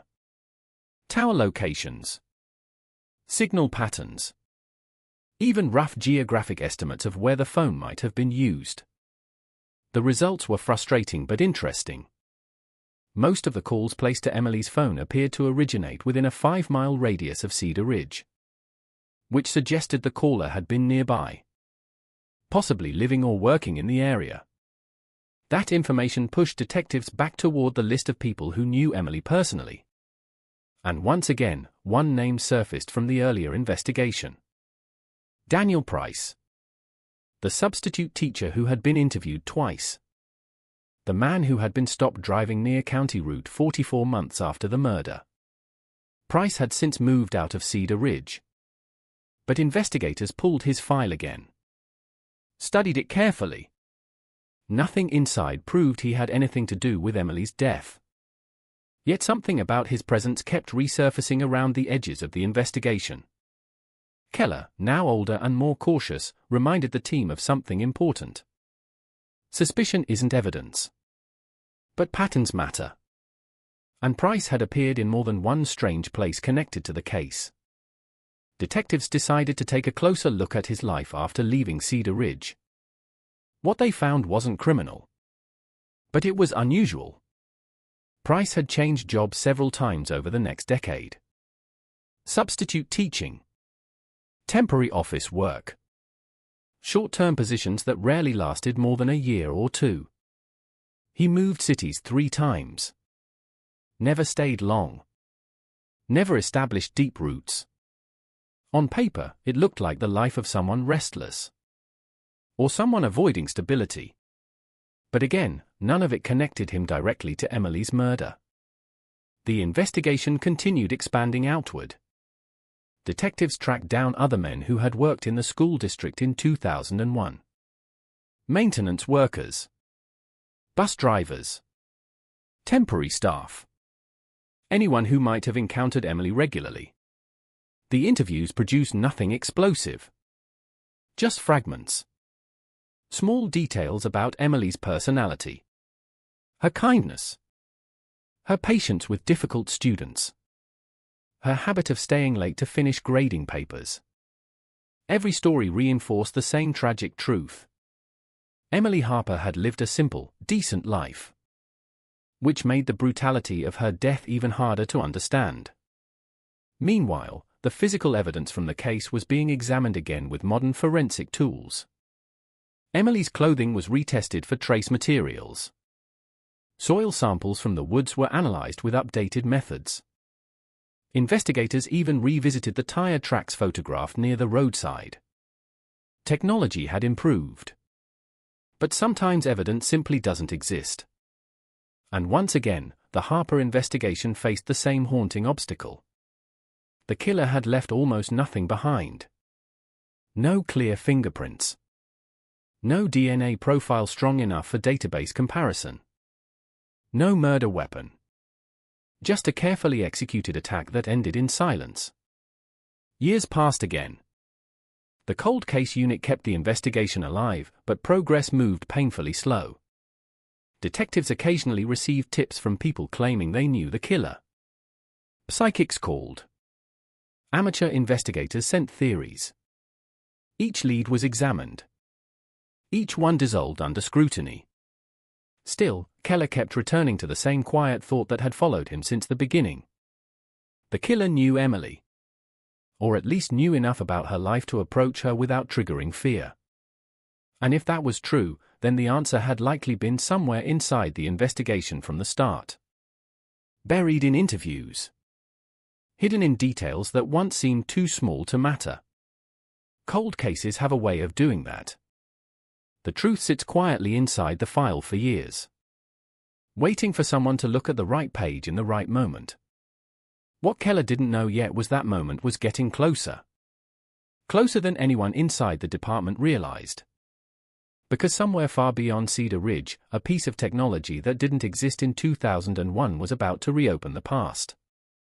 And when it did, one forgotten detail from Emily Harper's life would suddenly matter more than every other clue combined. A detail no one had fully understood. A connection that had been hiding in plain sight for nearly 2 decades. By 2015, 14 years had passed since the morning Emily Harper died on County Route 44. 14 years is long enough for a murder to fade into history. Long enough for evidence to gather dust.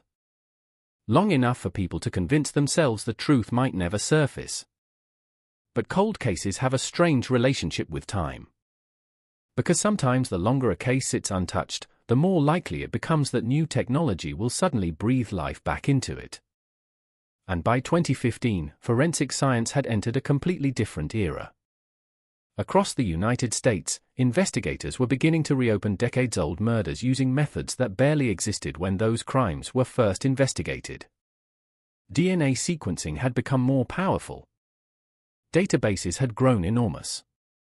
Even microscopic fragments of biological material could sometimes identify a suspect years later. Detective Martin Keller had followed those developments closely. He had watched stories from other states, cases 20, even 30 years old, suddenly solved through modern analysis. Each time he saw one of those headlines, the same thought returned. What if something in the Harper evidence room had been overlooked? So Keller asked the cold case unit to reopen the physical evidence again. Not just to review it. To examine it with every new method available. The evidence boxes were removed from storage once more. Inside them were the same items investigators had studied countless times. Emily's clothing. Leaves and soil samples collected from the crime scene. Photographs. Fiber samples taken from the interior of her car. And one small envelope labeled trace material, Harper jacket. Inside were several microscopic fibers discovered during the original autopsy. Back in 2001, analysts couldn't determine much about them. They were too small, too degraded, possibly transferred during the struggle in the woods, or possibly contamination from the environment. The fibers had been catalogued and then largely forgotten. Now, new laboratory techniques allowed forensic scientists to examine them with far greater precision. Technicians began analyzing the fibers under high-resolution imaging systems, comparing them against national textile databases, looking for something, anything, that might reveal their origin. The results were slow. Weeks passed. Then months. Finally, the lab returned a preliminary report. The fibers appeared to be synthetic, part of a dark fabric blend commonly used in mid-range automotive upholstery in the late 1990s, specifically sedan interiors. That discovery immediately tightened the focus of the investigation, because witnesses had already described a dark sedan parked behind Emily's Honda on County Route 44. Now there was a possibility, however small, that fibers from the attacker's vehicle had transferred onto Emily's clothing during the confrontation. It wasn't a breakthrough yet. Thousands of cars use similar upholstery. But it confirmed something important. The killer had likely been close enough to Emily for physical contact beyond the fatal attack. Close enough for fibers from a vehicle interior to transfer onto her jacket, which meant the attacker may have forced her toward their car. Or perhaps she had approached it voluntarily. The investigators expanded the analysis. If fibers from a car were present, perhaps something else had transferred too. Hair, skin cells, anything containing DNA. Technicians began re-examining the clothing with more advanced extraction methods. It was painstaking work. Many cold case samples failed during this stage. Years of degradation destroy whatever biological material might once have existed. But several weeks later, the lab contacted the Cedar Ridge Police Department with a message that instantly electrified the investigation. They had recovered a partial DNA profile. Not complete. Not strong enough to identify someone directly, but enough to confirm the presence of unknown male DNA on Emily's jacket. The discovery hit the department like a shockwave. For the first time in 14 years, investigators had something tangible connected to the killer. A genetic trace. Small. Incomplete. But real. The DNA profile was immediately entered into the National Criminal Database. The system searched millions of records. Convicted offenders. Arrestees. Individuals whose DNA had been collected through previous investigations. The detectives waited. Hours passed. Then days. The result came back. No match. Which meant the person who left that DNA had never been convicted of a qualifying crime. Or their DNA had never been collected. The investigation entered a new phase. If the killer wasn't already in the system, detectives would have to find another way to identify them. That's when a relatively new technique entered the conversation. Genetic genealogy. At the time, it was still experimental. A few law enforcement agencies had begun using it to solve older crimes by comparing crime scene DNA to public genealogy databases. Instead of looking for the suspect directly, the process looked for relatives. Distant cousins. Shared ancestors. Fragments of family trees that could slowly narrow the search. The method was controversial. Legally complicated. But it had already solved several long unsolved murders in other states. Detective Keller watched the discussion carefully. Part of him felt cautious. Another part, the part that had stared at Emily Harper's case file for 14 years, felt something else. Hope. The partial DNA profile from Emily's jacket was submitted to a specialized forensic lab capable of genealogical analysis. Scientists began transforming the fragmentary DNA into a format compatible with genealogy databases. It took months. Cold cases move slowly even when progress appears. Meanwhile, detectives continued reviewing old interviews again. One of those interviews kept resurfacing. Daniel Price, the substitute teacher, the man who had been questioned twice in the early investigation, the man who had been stopped driving near County Route 44 months after the murder. Price still lived out of state, still working temporary jobs, still drifting between cities every few years. His name wasn't connected to the DNA evidence. Not yet. But investigators couldn't ignore the pattern that kept bringing him back into view. Still, Keller remained cautious. A suspect built on coincidence alone rarely holds up under scrutiny. Evidence had to lead the way. And for the first time since 2001, evidence was finally moving. In early 2017, the forensic lab returned its genealogical report. The DNA sample had produced several distant matches in public genealogy databases. Second cousins. Third cousins. People sharing small segments of genetic material with the unknown male DNA from Emily's jacket. None of those individuals lived in Cedar Ridge. But that wasn't surprising. Genealogy searches rarely reveal the suspect immediately. Instead, they provide something else. A starting point. Investigators began constructing family trees, tracing shared ancestors, building enormous diagrams connecting dozens of relatives across multiple states. The process was slow, methodical, and often confusing. But slowly, patterns began to emerge. Several of the distant DNA matches traced back to a common ancestral line. A family with roots in southern Ohio. A family whose descendants had spread across several towns over the last century. And among those descendants was a name that made the entire investigation stop cold. A name already sitting inside the Harper case file. Daniel Price. The room fell silent when detectives realized the connection. The genealogy results didn't prove Price was the killer. But they placed him inside the same extended family line as the unknown DNA contributor. And suddenly, the coincidences that once seemed weak began forming something much stronger. Price had known Emily. Price had been questioned during the investigation. Price had been stopped near the crime scene months later. And now genetic genealogy suggested the killer might belong to his family. Detectives understood immediately what this meant. They were closer than they had ever been. But they still needed proof. Real proof. The kind that would survive in a courtroom. And that meant one thing. They needed Daniel Price's DNA. Without him realizing they were watching. For 16 years, the Emily Harper investigation had drifted through the slow currents of a cold case. Leads appeared. Leads disappeared. Evidence was tested, retested, and filed away again. But the moment the genetic genealogy report connected the unknown DNA to the extended family line that included Daniel Price, something inside the Cedar Ridge Police Department changed instantly.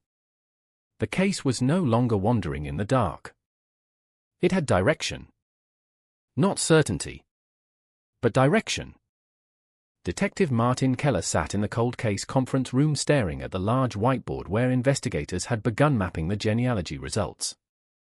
Lines stretched across the board like the roots of a tree. Ancestors. Cousins.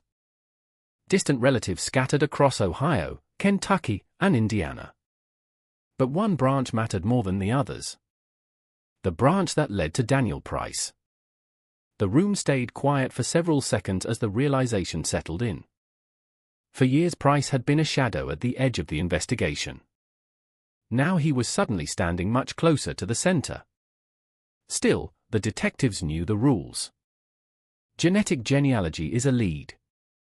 Not proof. The unknown DNA could belong to any male within that extended family line. A brother. A cousin. Even a distant relative investigators hadn't identified yet. They needed something stronger. And the only way to get it was to obtain Daniel Price's DNA. Without tipping him off. Because if Price was the killer, and if he realized investigators were closing in, he could disappear. People vanish all the time. Change cities. Change jobs. Change identities. Cold cases are full of suspects who slipped away the moment police showed their hand. Detectives were not about to make that mistake now. The first step was surveillance. Price was living nearly 200 miles away in a mid-sized Ohio city. A small apartment. Temporary office job. Exactly the kind of quiet, forgettable life he had been living for years. Investigators contacted local authorities and began monitoring his daily routine. Price woke up around 6:30 each morning. Left for work by 7:15. Returned home shortly after 5:30. Most evenings he stayed inside. Occasionally he stopped at a grocery store. Sometimes he walked to a nearby coffee shop. Nothing about his routine suggested the life of a violent criminal. But killers rarely look like killers. That's one of the most unsettling truths detectives learn over time. While surveillance continued, investigators revisited Price's history in greater detail. They pulled employment records from the school district. Interviewed former co-workers again. Tracked down people who had known him before 2001. What they discovered painted a portrait that was complicated. Price had always been quiet. Socially awkward. The kind of person who spoke very little during group conversations. Several co-workers remembered him lingering after staff meetings, trying to start conversations with Emily Harper. Nothing aggressive. Nothing alarming. Just awkward attempts at interaction that never seemed to go anywhere. One teacher recalled something else. A moment she had completely forgotten until detectives asked again. A few weeks before Emily's death, Price had asked where she lived. The teacher thought he was just making conversation. But the detail now landed differently. If Price knew Emily's address, he could have easily driven past her house. Watched her routines. Waited for the right moment. Meanwhile, the surveillance team continued observing Price's daily life. Days passed. Then weeks. Detectives were waiting for one simple opportunity. A discarded item containing his DNA. A coffee cup. A water bottle. A cigarette. Something abandoned in public where police could legally collect it. Eventually, the moment came. One afternoon Price stopped at a small convenience store near his apartment. Surveillance officers watched from an unmarked car. Price purchased a bottle of soda. Drank half of it while standing outside. Then tossed the empty bottle into a public trash bin before walking away. The officers waited until he was gone. Then retrieved the bottle. Inside the evidence bag, the plastic container looked completely ordinary. But it carried something investigators had been chasing for 16 years. Daniel Price's DNA. The sample was rushed to the forensic lab.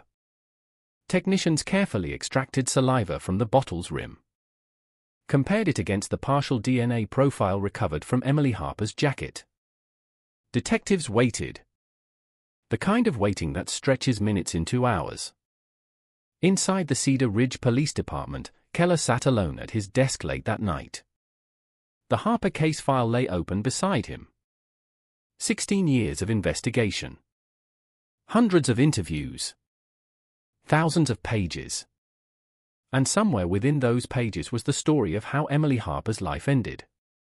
The question was whether Daniel Price had been the one who ended it. Shortly after midnight, Keller's phone rang. The lab. He answered immediately. The analyst's voice was calm but direct. The DNA matches. For a moment Keller said nothing. After 16 years, the words almost didn't feel real. The analyst continued. The sample from the bottle is consistent with the male DNA recovered from the victim's jacket. Not a distant relative. Not a family connection. A direct match. Daniel Price's DNA had been present on Emily Harper the morning she died. The room felt suddenly smaller. He had been there. Standing close enough for biological material to transfer during the struggle. Which meant one thing investigators could finally say with confidence. Daniel Price had been at the crime scene. 16 years earlier, he had sat across from detectives and denied being anywhere near County Route 44 that morning. Now the evidence told a different story. The case exploded back to life overnight. Detectives began preparing an arrest warrant. Prosecutors reviewed the evidence. The DNA. The phone records. The witness sightings of a dark sedan. Price's strange presence near the road months after the murder. Piece by piece, the puzzle that once looked impossible was finally forming a clear image. But Keller knew something else. Arresting Price would only answer part of the mystery. The bigger question remained. Why? Why had a quiet substitute teacher murdered a 27-year-old elementary school instructor on a rural road? What had happened in those final moments beside Emily's car? The arrest team moved quickly. Investigators feared Price might flee if he sensed anything unusual. Early one morning in late spring 2017, several unmarked vehicles quietly surrounded his apartment building. Neighbors walked dogs. Cars passed on the street. No one realized a 16-year murder investigation was about to reach its turning point. Detectives approached the door. Knocked. Inside the apartment, footsteps moved toward the entrance. The door opened slowly. Daniel Price stood there wearing a plain gray t-shirt. He looked older than the photographs in the original case file. Thinner. More tired. But unmistakably the same man. For a few seconds he simply stared at the detective standing in the hallway. Then Keller spoke. "Daniel Price?" Price nodded. The detective's voice stayed steady. "We need to talk about Emily Harper." Something flickered in Price's eyes. Just for a second. A flash of recognition. Maybe even fear. The handcuffs came out moments later. And for the first time since October 17, 2001, the man who had stood within arm's reach of Emily Harper on County Route 44 was no longer invisible. But even as the arrest was made, one truth remained. The town of Cedar Ridge still didn't know what had really happened that morning. And neither did the detectives. Because the story Daniel Price had kept hidden for 16 years was about to surface. And when it did, it would reveal a motive far darker and far more personal than anyone had imagined. The hallway outside Daniel Price's apartment smelled faintly of old carpet and stale air. The kind of hallway people passed through every day without noticing anything about it. On that quiet morning in the spring of 2017, it became the place where a 16-year-old secret finally started collapsing. Price stood frozen in the doorway as the detectives placed him in handcuffs. Neighbors down the hall opened their doors slightly, curious about the sudden presence of police. No one understood what they were witnessing. To them, Daniel Price was just the quiet guy in apartment 3B. The man who nodded politely in the hallway. The man who rarely had visitors. But to the detectives standing there, he was something very different now. He was the only person whose DNA had been found on Emily Harper's jacket the morning she died. Price didn't resist when they guided him toward the stairwell. He didn't shout. He didn't argue. His face remained strangely calm, almost blank, as if he had already rehearsed this moment years ago. The drive to the station was silent. Two detectives sat in the front. Price sat in the back, staring out the window as the city passed by. For 16 years he had lived with the knowledge that Emily Harper's murder remained unsolved. 16 years of waking up each morning knowing that somewhere in Cedar Ridge, investigators still wondered who had been standing on County Route 44 that October morning. Now those investigators were sitting beside him. And the silence inside the car felt heavier than anything anyone said. Back at the station, Daniel Price was placed in a small interview room. White walls. Metal table. One camera mounted high in the corner. Detective Martin Keller entered the room slowly. The years had changed him. His hair was nearly white now, his movements slower than they once were. But his eyes remained exactly the same as the day he first stepped into the woods where Emily Harper's body had been found. Sharp. Focused. Patient. He sat across from Price and placed a thick folder on the table. The Harper case file. Price glanced at it. For a brief moment, the calm expression on his face cracked slightly. Keller didn't speak right away. Sometimes silence works better than questions. Finally, he slid a photograph across the table. It showed Emily Harper standing beside her classroom desk, smiling, surrounded by colorful drawings from her students. Price looked at the photo for several seconds. Then he looked away. "You remember her?" Keller said quietly. Price nodded once. The detective leaned back in his chair. "For 16 years we've been trying to understand what happened on County Route 44. Still silence. Then Keller opened the folder and removed a sheet of paper. DNA analysis results.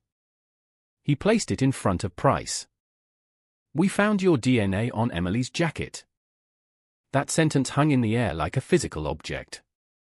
Price stared at the paper. His shoulders shifted slightly. For the first time since the arrest, the calm mask began to crumble.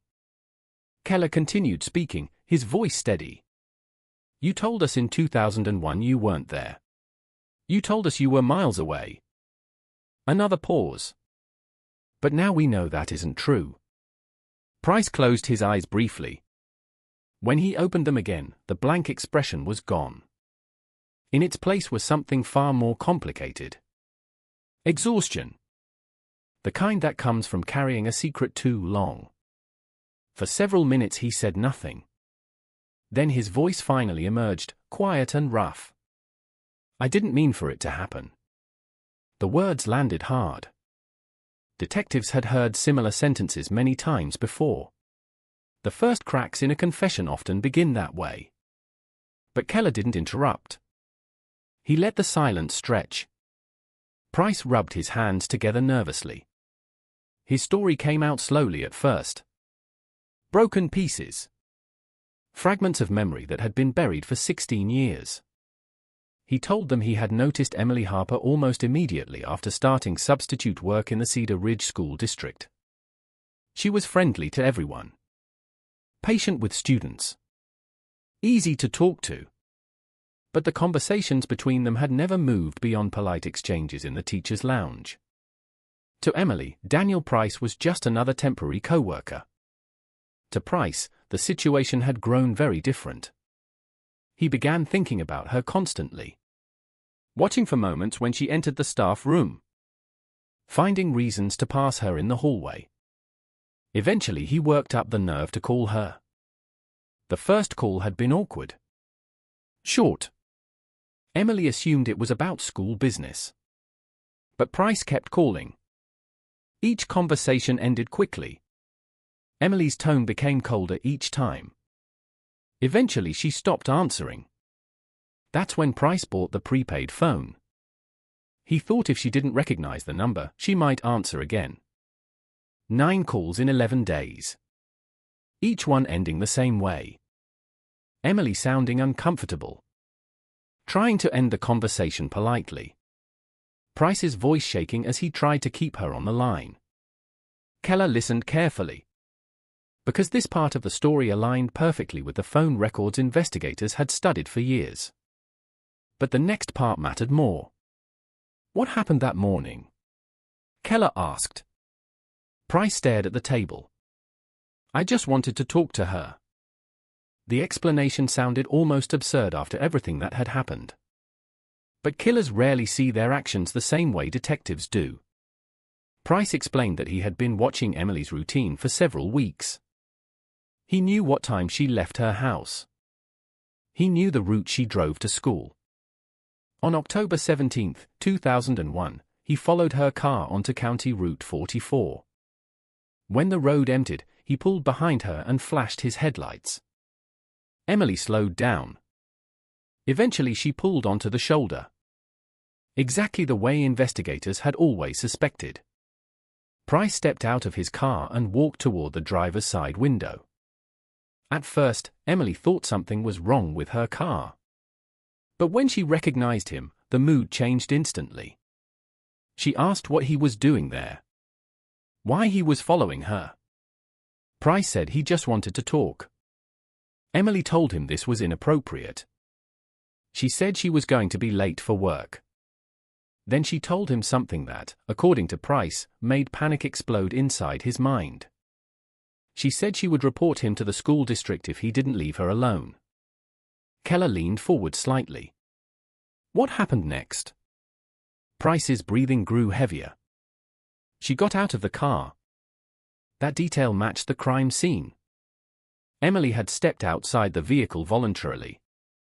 Price said she walked a few steps away from the road, trying to end the conversation without causing a scene. But Price followed her. The argument escalated. Emily demanded that he stop contacting her. She said she would call the police if he ever came near her again. And somewhere in that moment, somewhere between fear, humiliation, and desperation, Daniel Price made a decision that would haunt Cedar Ridge for the next 16 years. He pulled a knife from his pocket. Keller's voice stayed calm. Why did you have a knife? Price swallowed. I carried it all the time. For work. A simple folding knife. Small. Common. The kind thousands of people carry without thinking. But in that moment on County Route 44, it became a weapon. Price said he didn't plan to use it. He just wanted to scare her. To stop her from walking away. But Emily reacted instantly. She turned to run toward the road. And Price panicked. The movement was fast. One step forward. One thrust of the blade. The wound that ended Emily Harper's life. The woods went silent again in Price's memory as he described it. She collapsed almost immediately. The reality of what he had done hit him all at once. Price told detectives he stood there frozen for several seconds, staring at Emily lying in the leaves. Then survival instinct took over. He grabbed her phone from the ground. Tossed her purse toward the road. Ran back to his car. And drove away. For 16 years he told himself it had been an accident. A moment of panic. A mistake that spiraled out of control. But the truth sitting in that interview room was much darker. Because the moment he followed Emily onto County Route 44, the situation had already crossed into something dangerous. And deep down, Price knew it. As the confession continued, Keller realized something chilling. The investigation had come astonishingly close to solving the case in the early months. Daniel Price had been interviewed twice. His name had appeared repeatedly in the files. But without DNA evidence, without the technology that finally exposed him, the truth remained just out of reach. 16 years of silence. 16 years of freedom. Now, that silence was finally breaking. And the quiet substitute teacher who once slipped through the cracks of a small-town investigation was about to face the full weight of the crime he had tried to bury. The confession unfolded slowly, like a door creaking open after years of being sealed shut. Inside the interview room, the camera recorded every second. Daniel Price sat hunched over the metal table, hands clasped together, eyes drifting between the floor and the photograph of Emily Harper that still lay in front of him. For 16 years, the story of what happened on County Route 44 existed only inside his mind. Now it was finally spilling out into the open. Detective Martin Keller listened without interrupting. Experienced investigators understand something important about confessions. Once a suspect begins talking, the worst mistake is rushing them. People who carry secrets for years often need time to say them out loud. Price continued describing the moments after the stabbing. Emily collapsed almost immediately. The single wound to her chest had done catastrophic damage. Price said he dropped the knife in the wood somewhere nearby, though he could no longer remember exactly where. In the chaos of the moment, his thoughts had become scattered and desperate. He remembered kneeling beside her. Calling her name. But there was no response. No movement. Just the sound of wind passing through the trees and the distant hum of traffic on the road. That silence terrified him. It forced him to confront what had just happened. Emily Harper, someone he had convinced himself he admired, even cared about, was lying in the leaves dying because of him. Panic took over completely. He grabbed her phone, afraid it might contain messages or call logs linking back to the prepaid number he had used.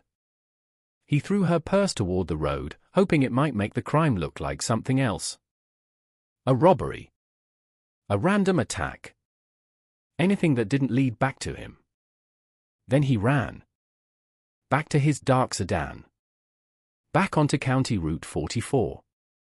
Driving away from the scene while the morning traffic continued moving normally, unaware that a murder had just occurred in the woods beside the road. When Keller asked what he did with Emily's phone, Price hesitated. Then he answered quietly. "I smashed it." He told detectives he drove several miles before pulling onto a dirt path near an abandoned farm. There, he removed the battery, broke the phone apart with a rock, and scattered the pieces in a drainage ditch. Investigators had searched countless areas during the original investigation. But that specific ditch had never been one of them. The broken phone had likely disappeared long ago. Keller made a note anyway. Sometimes evidence still surfaces decades later. As the confession continued, another disturbing pattern began to emerge. Price hadn't simply followed Emily that morning on impulse. He had been watching her for weeks. Maybe longer. He admitted driving past her house several nights during the month before the murder. Sitting in his car down the street. Observing when lights turned on or off. Watching when she left for work. Those small details suddenly aligned with witness statements detectives had collected years earlier. Neighbors who vaguely remembered a dark sedan parked on Maple Street. Emily's uneasy comment to a coworker about someone watching her house. All of it had been real. All of it had pointed toward Daniel Price long before anyone had proof. Keller asked the question that had haunted the investigation from the beginning. "Did you plan to kill her?" Price shook his head immediately. No. But the answer wasn't simple.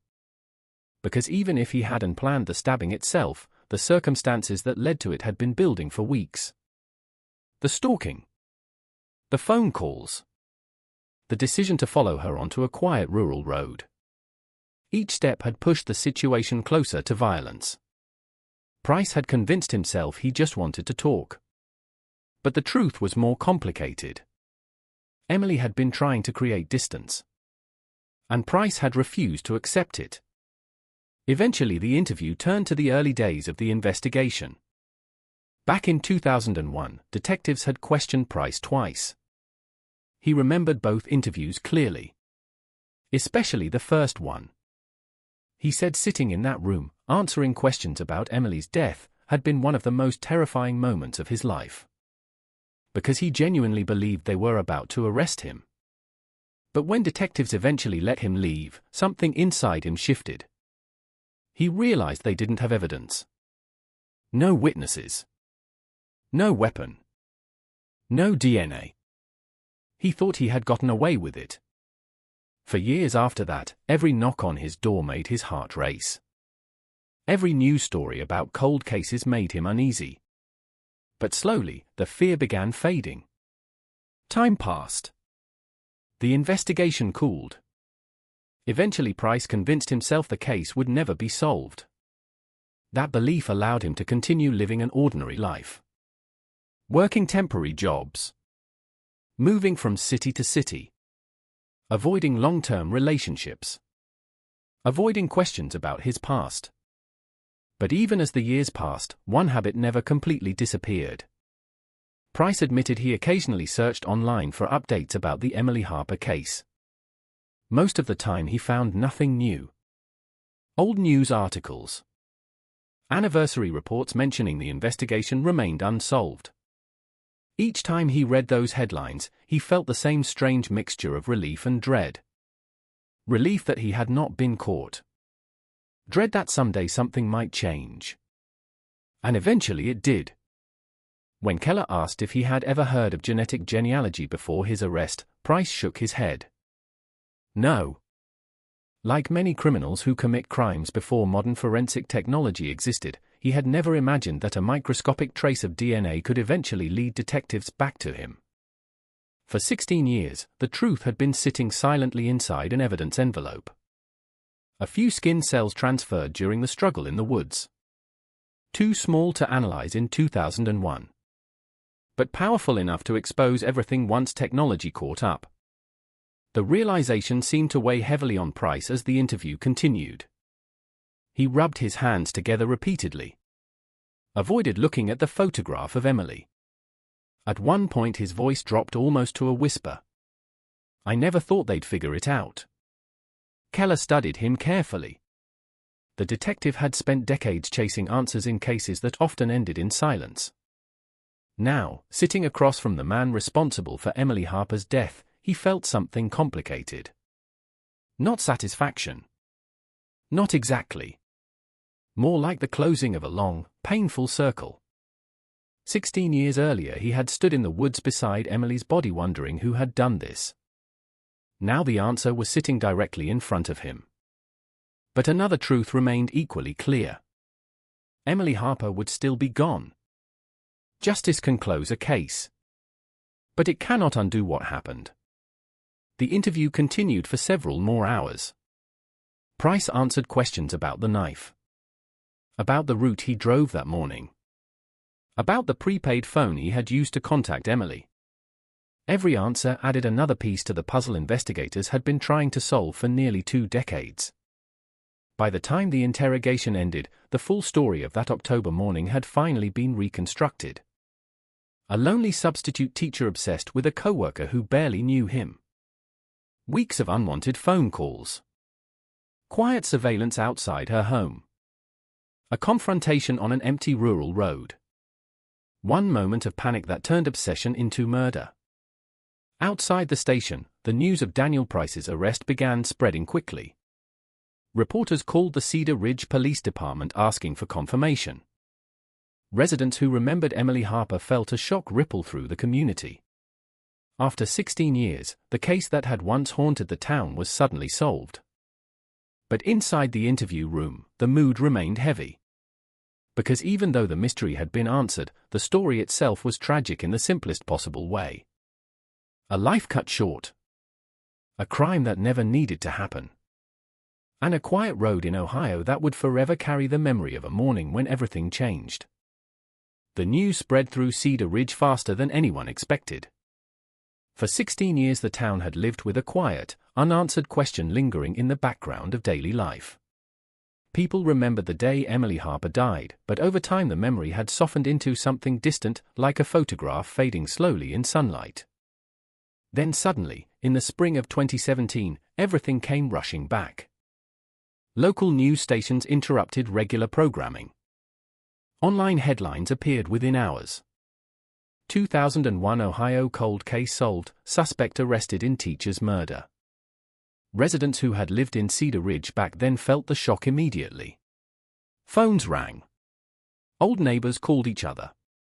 Social media filled with messages from people who had known Emily, worked with her, or simply remembered the fear that settled over the town when she was killed. The story that had once seemed unsolvable was suddenly alive again. But this time there was a name attached to it. Daniel Price. For many people in Cedar Ridge, the name felt strangely familiar. Some remembered him as the quiet substitute teacher who drifted through the school district years earlier. Others vaguely recalled seeing him in the staff parking lot or passing him in the hallway. No one had ever imagined he might be capable of murder.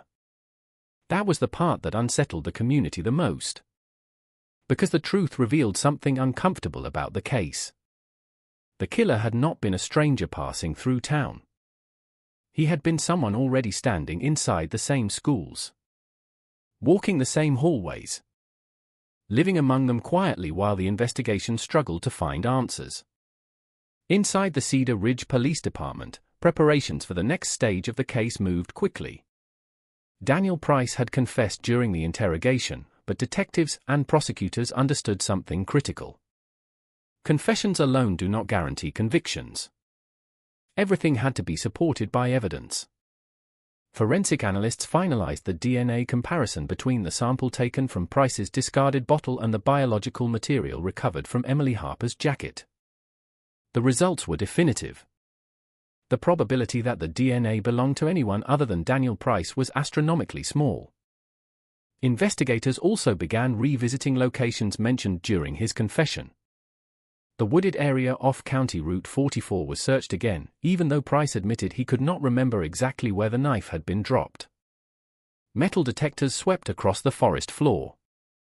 Officers walked grid patterns through the trees. But after 16 years of weather, erosion, and fallen leaves, the chances of recovering the weapon were almost non-existent. Still, detectives searched anyway. Not because they expected to find the knife, but because cold case investigations rarely leave anything undone once the truth begins surfacing. Meanwhile, another team drove out to the abandoned farm Price had described during his confession, the place where he claimed to have destroyed Emily's phone.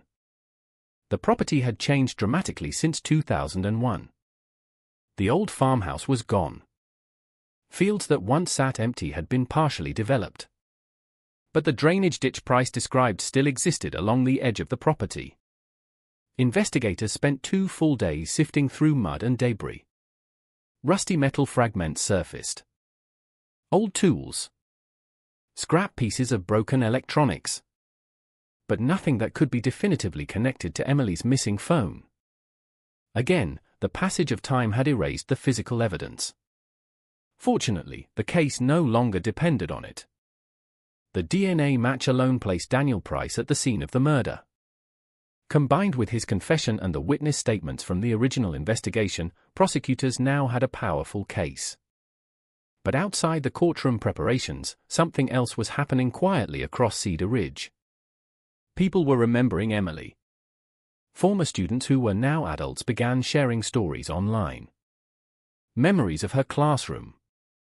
Her patience. The way she stayed after school to help struggling readers. Parents remembered the kindness she showed their children. Co-workers described her calm presence during chaotic school days. All those small memories formed a portrait of a life that had ended far too soon. And as those memories resurfaced, so did the emotions many residents had pushed aside years earlier. Sadness. Anger. And relief that the man responsible had finally been identified. Detective Martin Keller watched all of it from a distance. By the time Daniel Price was formally charged with murder, Keller had already begun preparing for retirement. 38 years in law enforcement. Thousands of cases. But the Harper investigation had followed him longer than any other. 16 years. 16 years of opening the same file again and again. Studying the same photographs. Asking the same question every detective fears might never be answered. Who did this? Now the answer had finally arrived. And strangely, the moment felt quieter than Keller had imagined. He drove out to County Route 44 one evening shortly after the arrest. The road looked almost exactly the same as it had in 2001. Narrow asphalt stretching through rows of trees. The same gentle curve where Emily had pulled her car onto the shoulder. Drivers passed by without slowing down. Most of them had no idea the place had once been the center of a murder investigation that lasted nearly 2 decades. Keller stepped out of his car and walked toward the tree line. The woods had grown thicker over the years. Branches heavier. Underbrush deeper. But the silence felt familiar. He stood there for several minutes thinking about that October afternoon when he first arrived at the crime scene. Back then, the woods had felt like a question. Now they felt like an answer. Not a perfect one. The knife had never been found. Emily's phone was still missing. And the 16 years between the crime and the arrest could never be given back. But the truth, the one thing the investigation had chased all that time, was finally known. Daniel Price had followed Emily Harper onto this road. He had confronted her. And in a moment of panic and obsession, he had taken her life. Keller looked toward the stretch of road where her blue Honda had once been parked. Cars continued passing quietly. Ordinary traffic on an ordinary evening. The world rarely pauses for tragedy. It keeps moving. But for a long time, County Route 44 had been frozen in the moment of Emily Harper's death. Now, after 16 years, the silence surrounding that moment had finally broken. And the mystery that once haunted Cedar Ridge was coming to an end. But the story of that cold October morning, how a simple conversation beside a car turned into a killing, would remain part of the town's memory forever. A reminder of how fragile ordinary life can be. And how long the truth can hide before it finally steps into the light. Courtrooms rarely feel dramatic in the way people imagine. There are no sudden gasps, no thunderclaps of revelation like in movies. Real trials unfold slowly, methodically, one piece of evidence at a time. Lawyers speak calmly. Judges maintain order. Jurors sit quietly, listening to fragments of a story that began long before they were ever called to serve. But the Daniel Price trial carried something heavier than most. 16 years of unanswered questions had led to this room. 16 years of waiting for someone to finally explain what happened on County Route 44. When the trial began, the courtroom in the county courthouse filled quickly. Reporters occupied the back rows. Former residents of Cedar Ridge returned just to watch the proceedings. A few people who had known Emily Harper sat together silently near the front. The prosecution began with a simple narrative. On October 17, 2001, a 27-year-old elementary school teacher left her home for work and never arrived. Her body was found in the woods off County Route 44 with a fatal stab wound to the chest. For years the case remained unsolved. Then, advances in forensic science reopened the investigation. The DNA recovered from Emily's jacket led investigators to Daniel Price. Piece by piece, prosecutors walked the jury through the timeline. The unwanted phone calls. The prepaid phone records. Witnesses describing a dark sedan near Emily's car. Price's earlier interviews with police where he denied being anywhere near the scene. Then the moment that changed everything. The DNA match. A forensic analyst took the stand and explained how the sample taken from the discarded soda bottle matched the DNA profile recovered from Emily's clothing. The numbers were staggering. The chance of the DNA belonging to someone other than Daniel Price was almost impossible. Next came the detectives. They described the genealogy investigation that narrowed the suspect pool to Price's extended family line. They explained the surveillance operation that led officers to collect his discarded bottle. And finally, they described the interrogation where Price admitted what happened. The jury watched portions of the recorded confession. Daniel Price sitting under the white lights of the interview room, his voice low and tired as he described following Emily Harper onto the quiet road that morning. When the video ended, the courtroom felt heavy. Because for the first time, everyone in that room understood exactly how ordinary the beginning of the story had been.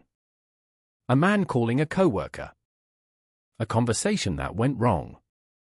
A confrontation beside a car. One moment of panic that ended a life. The defense attempted to soften the narrative. Price's lawyers argued that the killing had not been planned. They described him as socially isolated, emotionally unstable, someone who had become overwhelmed during a confrontation he never intended to escalate. They suggested the stabbing was an impulsive act, not premeditated murder. But the prosecution pushed back. They reminded the jury that Price had been stalking Emily for weeks. Watching her house. Calling her repeatedly after she tried to cut contact. Following her car onto a remote road where no one else would be around. Even if the stabbing itself happened quickly, the events leading to it told a different story. This had not been an accident. It had been the final moment of a pattern of obsession that Emily Harper had tried desperately to escape. Several witnesses testified about Emily's character. Former co-workers spoke about her patience and kindness in the classroom.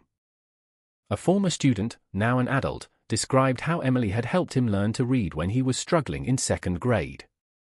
The testimony wasn't meant to prove the crime. But it reminded the jury that the victim in the case had been more than a name in a police report.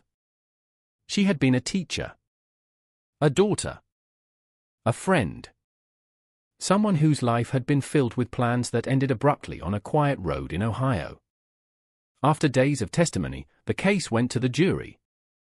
Deliberations lasted less than 6 hours. When the jurors returned to the courtroom, the silence felt almost suffocating. Daniel Price sat beside his attorneys, staring down at the table. The judge asked the foreperson if the jury had reached a verdict. Yes. The clerk stood and read the decision. Guilty. Guilty of murder. The word echoed through the room. Price didn't react immediately. For a moment he remained still, as if absorbing the weight of the sentence he had managed to avoid for 16 years. Then his shoulders dropped slightly. The long stretch of borrowed freedom had finally ended. Outside the courthouse, reporters delivered updates to waiting cameras. The headline that appeared across local news sites later that afternoon carried a strange sense of finality. Ohio 2001 cold case solved, Daniel Price convicted in teacher's murder.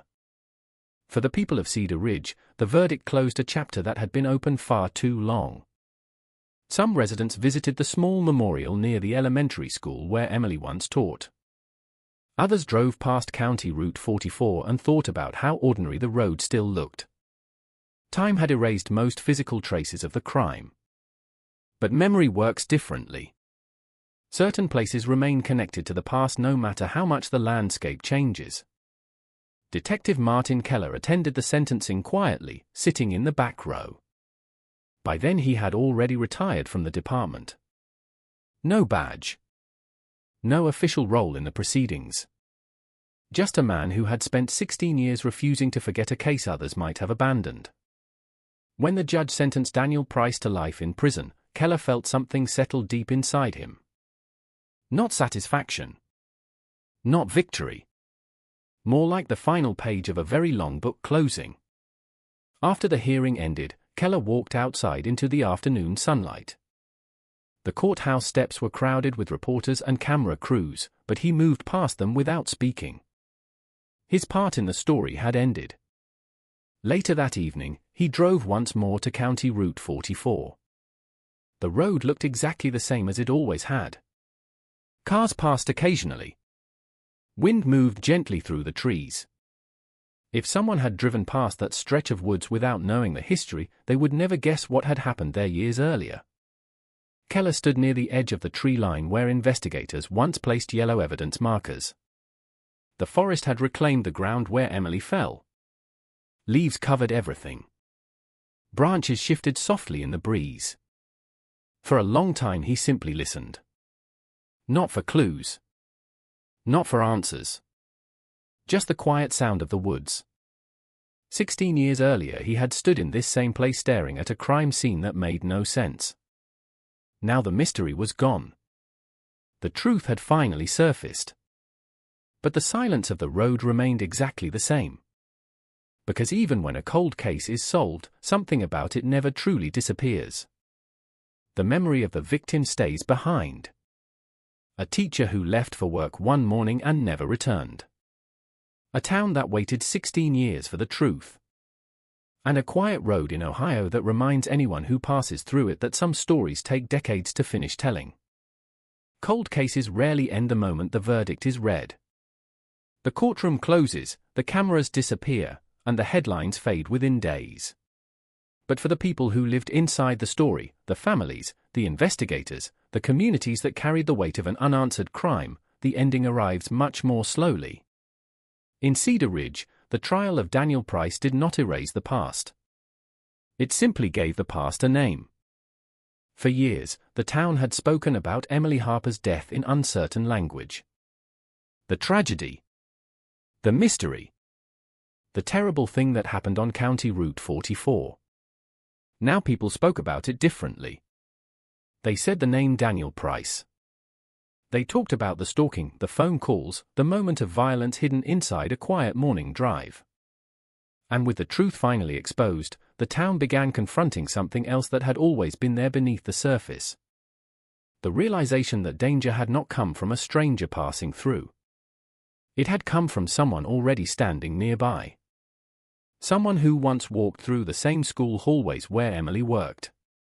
Someone who had smiled politely during staff meetings while secretly watching her life from a distance. That understanding changed the way many people remembered the story. It made the crime feel closer, more personal, more unsettling. Because the line between ordinary life and tragedy had turned out to be far thinner than anyone wanted to believe. In the months following the conviction, Cedar Ridge Elementary quietly made a decision. A small reading room inside the school library would be renamed in Emily Harper's honor. No large ceremony. No media coverage. Just a simple plaque mounted beside the door. Students who passed through that room each year would see her name and know that a teacher once stood in those classrooms believing that helping children learn to read was one of the most important things a person could do. For the teachers who had worked beside Emily back in 2001, the dedication carried a different weight. Many of them were older now. Some had retired. But standing inside that library room again brought back memories they had carried quietly for years. The empty desk in the teacher's lounge after Emily died. The way the school felt quieter during those weeks when grief and fear filled the building. The long period afterward when no one knew who had taken her life. Now the answer existed. But memory doesn't erase itself simply because justice arrives late. Meanwhile, far from Cedar Ridge, Daniel Price disappeared into the prison system. Life sentences have a strange finality to them.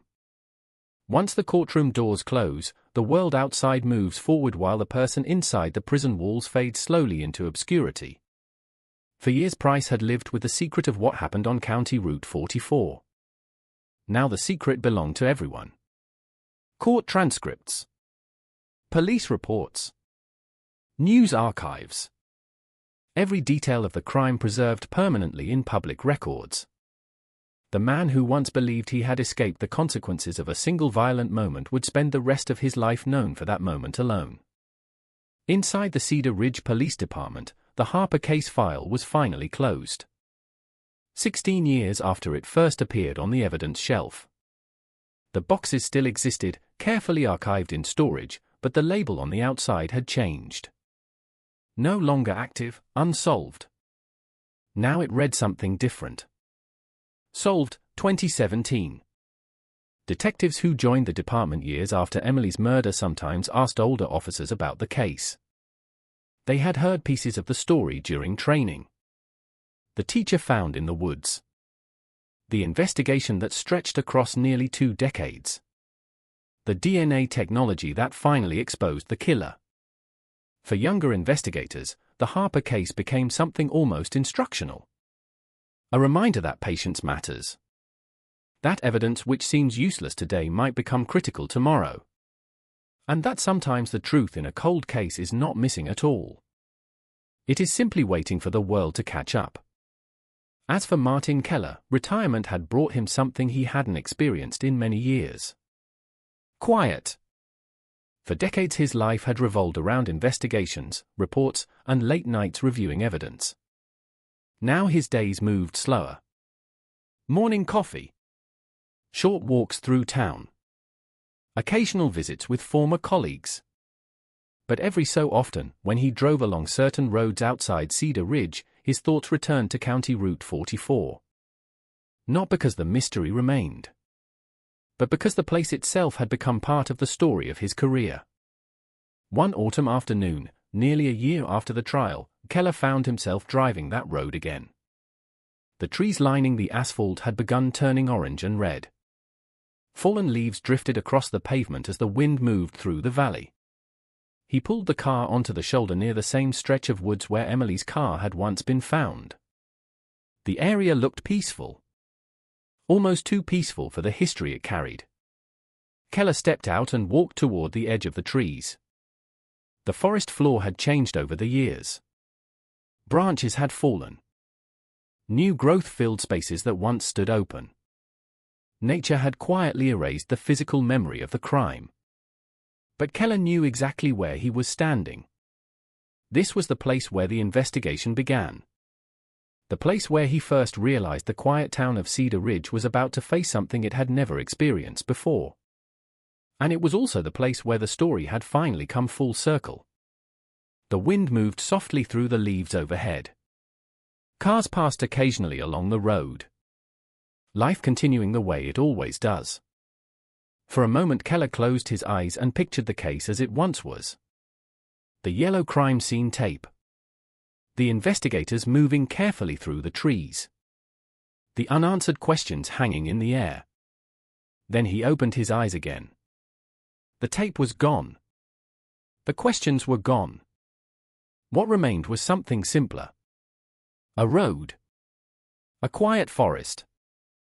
And the knowledge that after 16 long years, the truth hidden inside those woods had finally been brought into the light.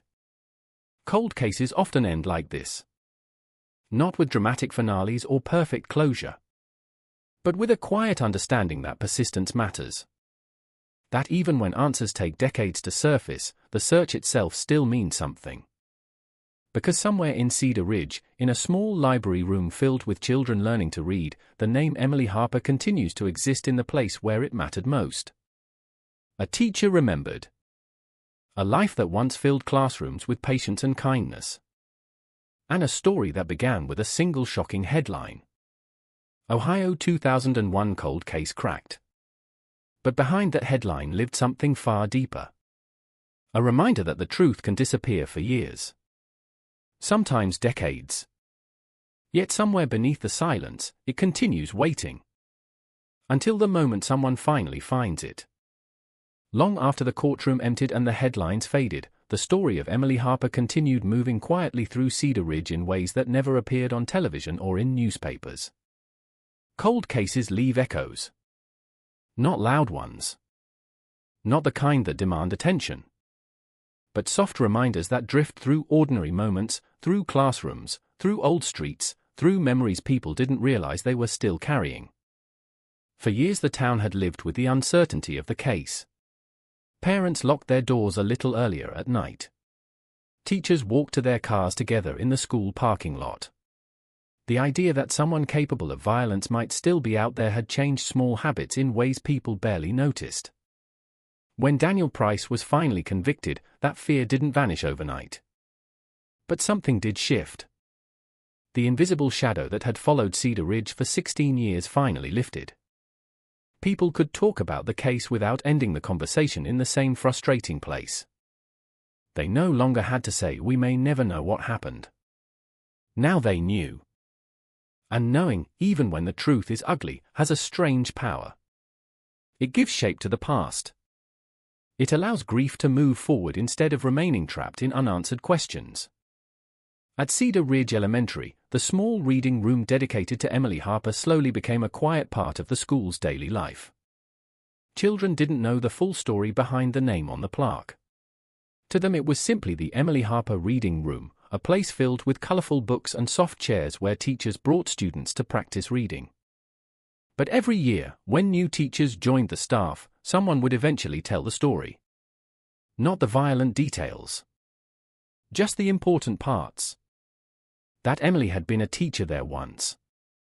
That she cared deeply about helping students succeed. And that the room existed because the school wanted her kindness to remain part of the building even after she was gone.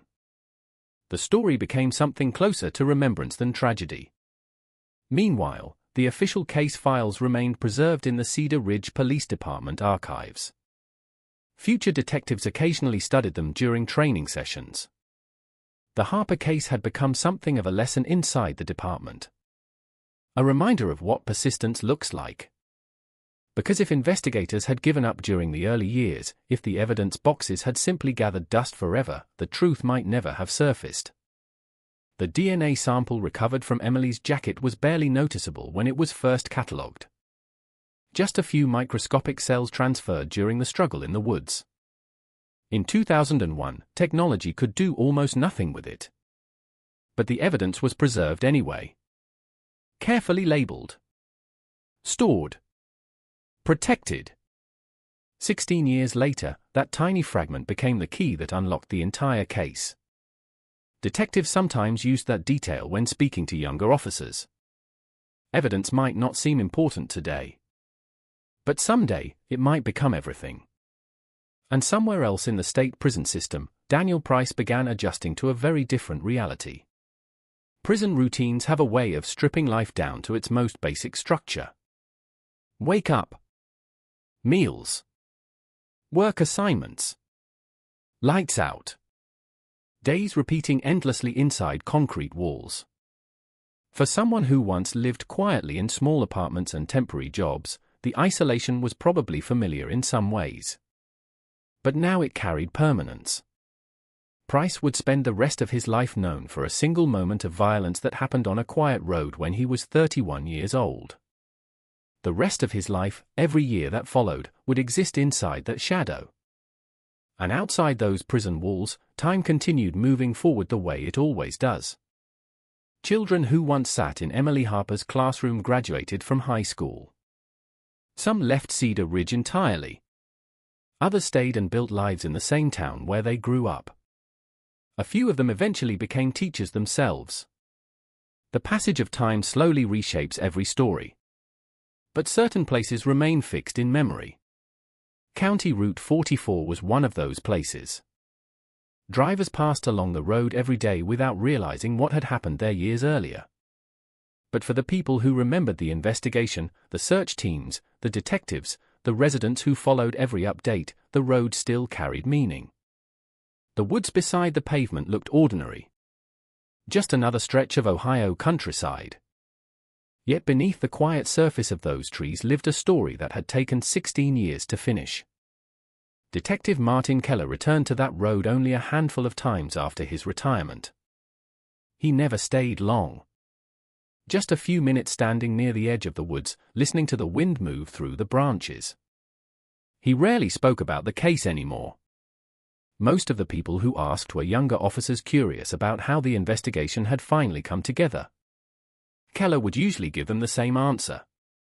It wasn't luck, he would say. It was time. Time for technology to improve. Time for the right evidence to be tested again. Time for the truth to reach the surface after years of silence. Because that is the strange nature of cold cases. They often appear frozen. But beneath that stillness, something is always shifting. New ideas. New science. New investigators willing to look at the old evidence one more time. Eventually, one of those changes breaks the silence. And when that moment arrives, the story that once seemed unsolvable suddenly begins moving again.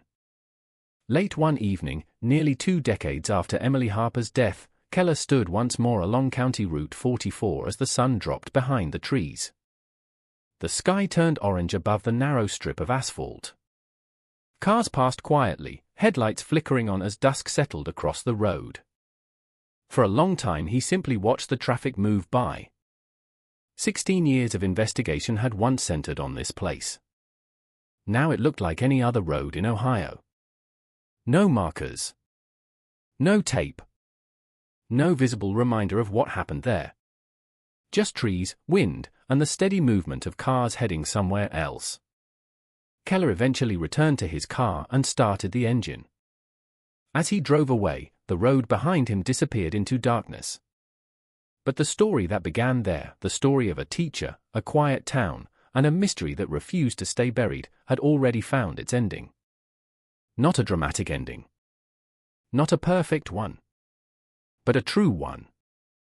The kind that takes patience, persistence, and years of unanswered questions before it finally reveals itself. And somewhere inside the archives of the Cedar Ridge Police Department, one file now carries a simple label that tells the entire story in just a few words. Cold case, solved. Most people think the story of a crime ends the moment the verdict is delivered. The courtroom empties. The cameras disappear. The suspect is taken away in handcuffs. And somewhere in the public imagination, the case closes like the final page of a book. But real stories rarely end that neatly. They stretch beyond the verdict in quiet ways, through memories, through places, through the lives that continue long after the crime itself fades from headlines. In Cedar Ridge, the Emily Harper case slowly transformed from an open wound into something closer to history. Not forgotten. Just settled. The town had spent 16 years living inside uncertainty. During that time, the question of who killed Emily Harper existed like a shadow moving quietly through everyday life. Every unfamiliar car felt suspicious. Every rumor carried weight. Now that the answer had been revealed, something subtle changed in the atmosphere of the town. The fear that once lingered in conversations disappeared. In its place came reflection. People started looking back at the events of 2001 with a clearer understanding of what had truly happened. A young teacher had tried to live her life peacefully. A man obsessed with her attention had refused to accept rejection. And one moment of confrontation on a quiet road had destroyed everything. It was a simple story in some ways. But its simplicity made it more unsettling, not less. Because there had been no elaborate conspiracy. No mysterious stranger passing through town. Just a human obsession that grew quietly until it turned violent. At Cedar Ridge Elementary, the Emily Harper Reading Room continued welcoming students each year. Teachers noticed something interesting about the space. Children seemed to gravitate toward it naturally. Maybe it was the soft chairs. Maybe the bright shelves filled with colorful books. Or maybe it was simply the quiet atmosphere that made reading feel safe and inviting. The plaque beside the door remained simple. Just a name. Emily Harper. And a short sentence beneath it. A teacher who believed every child deserved the chance to read. For the students who passed through that room, the name might not carry the weight of the story behind it. But for the adults in the building, the meaning remained powerful. They remembered the day the police cars arrived. The confusion in the hallways when teachers learned Emily had not come to work. The shock when news spread that her body had been found in the woods off County Route 44. Those memories never disappeared completely. But over time they blended with other memories. Emily laughing in the staff lounge. Emily kneeling beside a student's desk helping them sound out difficult words. Emily staying after school to help children who needed extra time. Those were the images the school chose to hold on to. Because remembering a life should never be defined only by the moment it ended. Meanwhile, the Harper case quietly became part of a broader change happening across law enforcement. Cold cases across the country were being reopened using the same genetic genealogy techniques that had identified Daniel Price.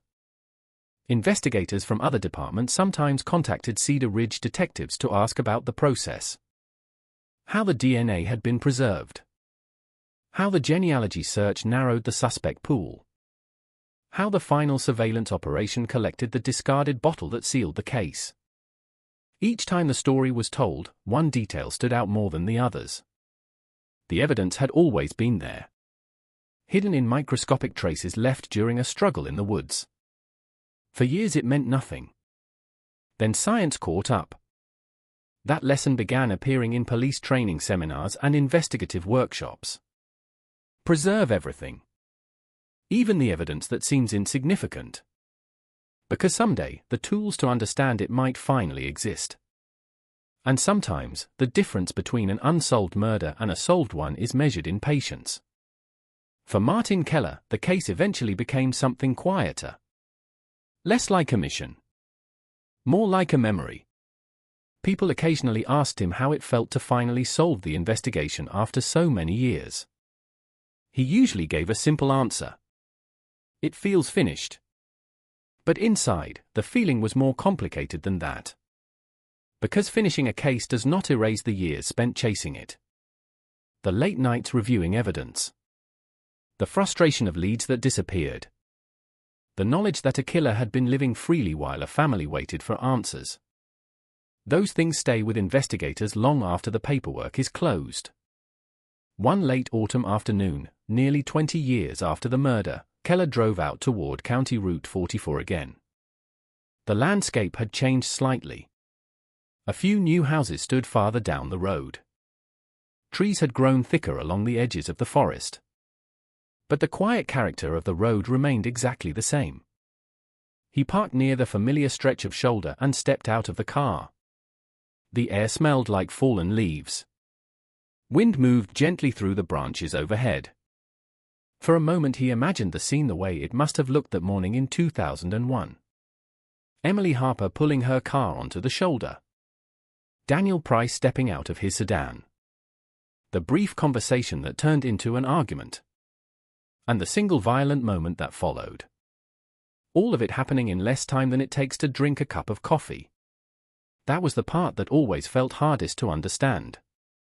How quickly ordinary life can collapse into tragedy.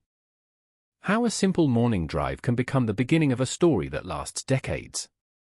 Keller stood there for several minutes before returning to his car. As he drove away, the road behind him disappeared again into the quiet Ohio countryside. Cars continued passing through that stretch of pavement every day. Most drivers had no idea the place had once held the center of a mystery that lasted 16 years. But the story still lived there in a way. Not in visible signs. Not in crime scene tape or newspaper headlines. Just in memory. The memory of a teacher who never made it to work. The memory of investigators who refused to stop looking for answers. And the memory of a cold case that proved something important about the nature of truth. Sometimes it disappears. Sometimes it hides for years in the smallest fragments of evidence.